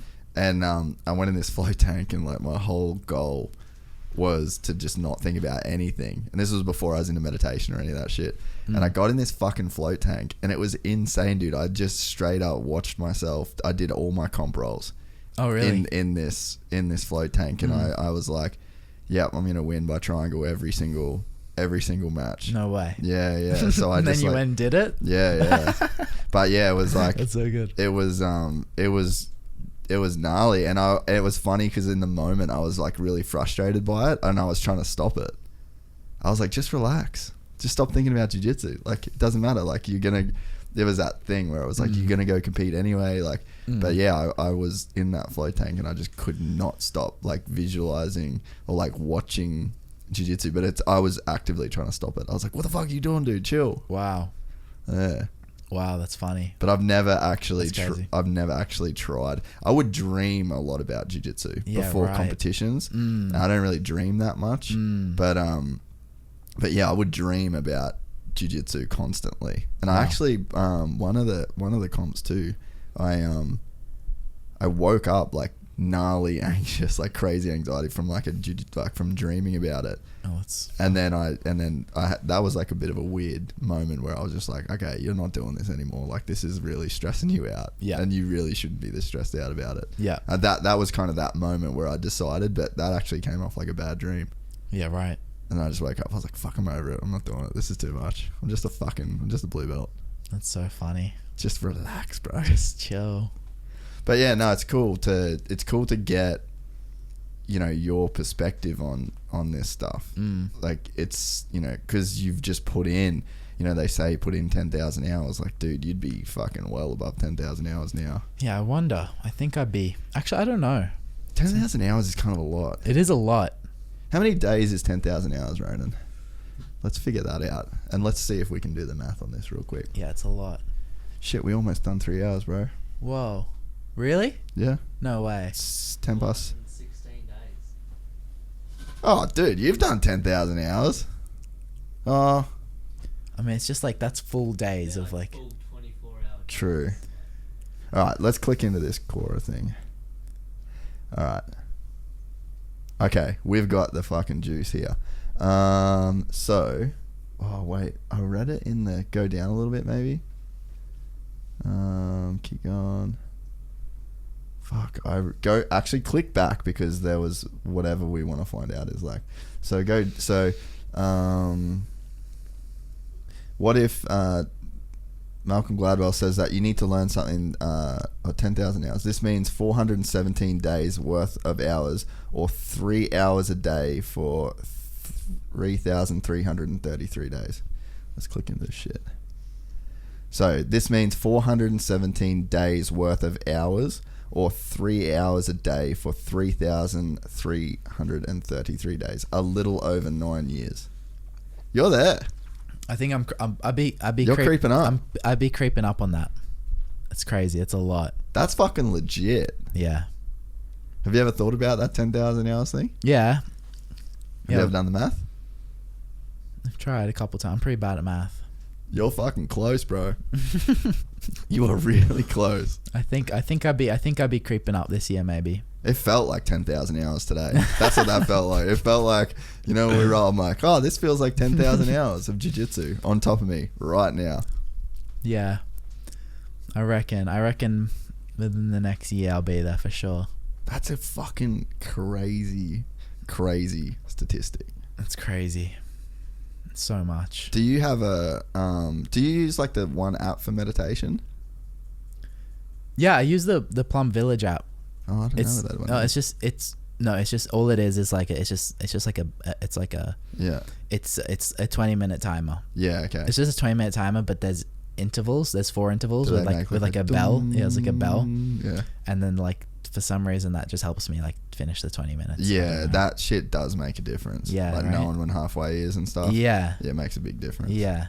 Yeah, does it have like a tally of like days that you've spent doing it? It does. Yeah. It's pretty basic. It's not like, it wouldn't be like, it's free. Yeah. Yeah, it's not something like Sam Harris's where it's like all these in-depth like guided meditation stuff and stuff like that. Yeah. The It's pretty good. They have some of those though. They have those. It's pretty good app actually. Yeah. I haven't seen the Sam Harris app though. Yeah, okay. Yeah, I've heard good things though. Yeah, I just read the book. His book was what kind of got me started on the whole road into like I'd never really, you know, thought I didn't really know what any of it was, to be honest, until I sort of went into that. But yeah, he's got like the timer. You can see like exactly how many hours you've spent meditating, and it's pretty gnarly. That's cool. Because I think about that 10,000 hours a lot. Cool, There's people that have done it. Like, well, for sure. Yeah, well, I mean, there's a lot of people that have done it, but that's It one must of be the so woke. Dude, it'd be Must fucking be woke as fuck. be weird. Because like, do you feel different after that year? Like, you kind of seems like there was a bit of a shift in like consciousness. Do you feel different, like just day to day different at times? Since last year? Yeah, since you went through like the mushrooms thing, and then to go into the, you know, to start doing like the mindfulness and all that. Like, and then you've kind of that compassion part of your body's woken up a bit. Like, do you feel different? Yeah, 100%. Like, it's weird to think about, right? Yeah, I mean, like, I just feel more like content with like being like not content or like just like Yeah. or I just don't I don't know. I'm a work in progress. Still a work in progress. Well, 3 hours, bro. Sick. I really appreciate your That's time. impressive. That just flew by. Yeah, it did. It's probably the nicotine gum. I really enjoyed today. I appreciate you taking the time to train with me as well. No, it was my pleasure. It was a great time. I had a great time. It was a really cool experience. Someone that's so good and put in the time just to see what that is. And personally, I mean, after training, I said when we drove off away from the gym, I was like, "Fuck, I really want to train. Like, I just got to get better. Like, this just isn't good enough." It's a good feeling. And but man, like after hearing your the work ethic that goes into it, and like just trying to take away what you can do as an average person. Not everyone can do what you did, and you can't expect everybody to do that, but people still want to improve, and people still want to get better and be like the best that they can be within their given circumstances. For sure. And I'm definitely inspired by just hearing about how hard you work. And I know that there's like so many areas in my own life and jiu-jitsu that just after listening to you and what you've been through and what you've accomplished, that there's so many things I could do better. And that's just from listening to you. So I really appreciate you. No, I really appreciate that. That's really nice. No, it's just, and I hope that, people that listen, if you're into jiu-jitsu, take what you can. And I think, understand that not everyone can just fucking drop life and go into it. But for sure. You can still, everyone can work harder. Mm-hmm. Everyone can. And I think it's easy to say that. You're like, you just got to fucking put in more work. But it's like, those little details that, I feel like you've really given a lot to just this chat, and the people that'll be listening to it. And cool. I personally really appreciate that. That's fucking cool. Thank you so much for having me on. It was like so much fun. I had a great time talking with you. Well, we can do it whenever. It'd be sick to get Taliesin in here. I know, his English isn't. No, his English is fucking good. Yeah, I know some of those dudes, even though it is good though, they don't think that it's that good. No, Taliesin's he's a confident guy. He is? Yeah, we should get Taliesin in here. Yeah, we got to get Taliesin in here. Be cool. Yeah. He's a fucking G. For sure. Well, that would be great. Levi Jones Leary, thank you very much. Thank you so much. I really appreciate it. You're the fucking man. Thank you so much. We did it, boys. Sick. If you enjoyed this content, please like and subscribe. And to listen to the full 3-hour podcast, search Gypsy Tales in your favorite podcast platform or click the link in the description below. Gypsy Gang.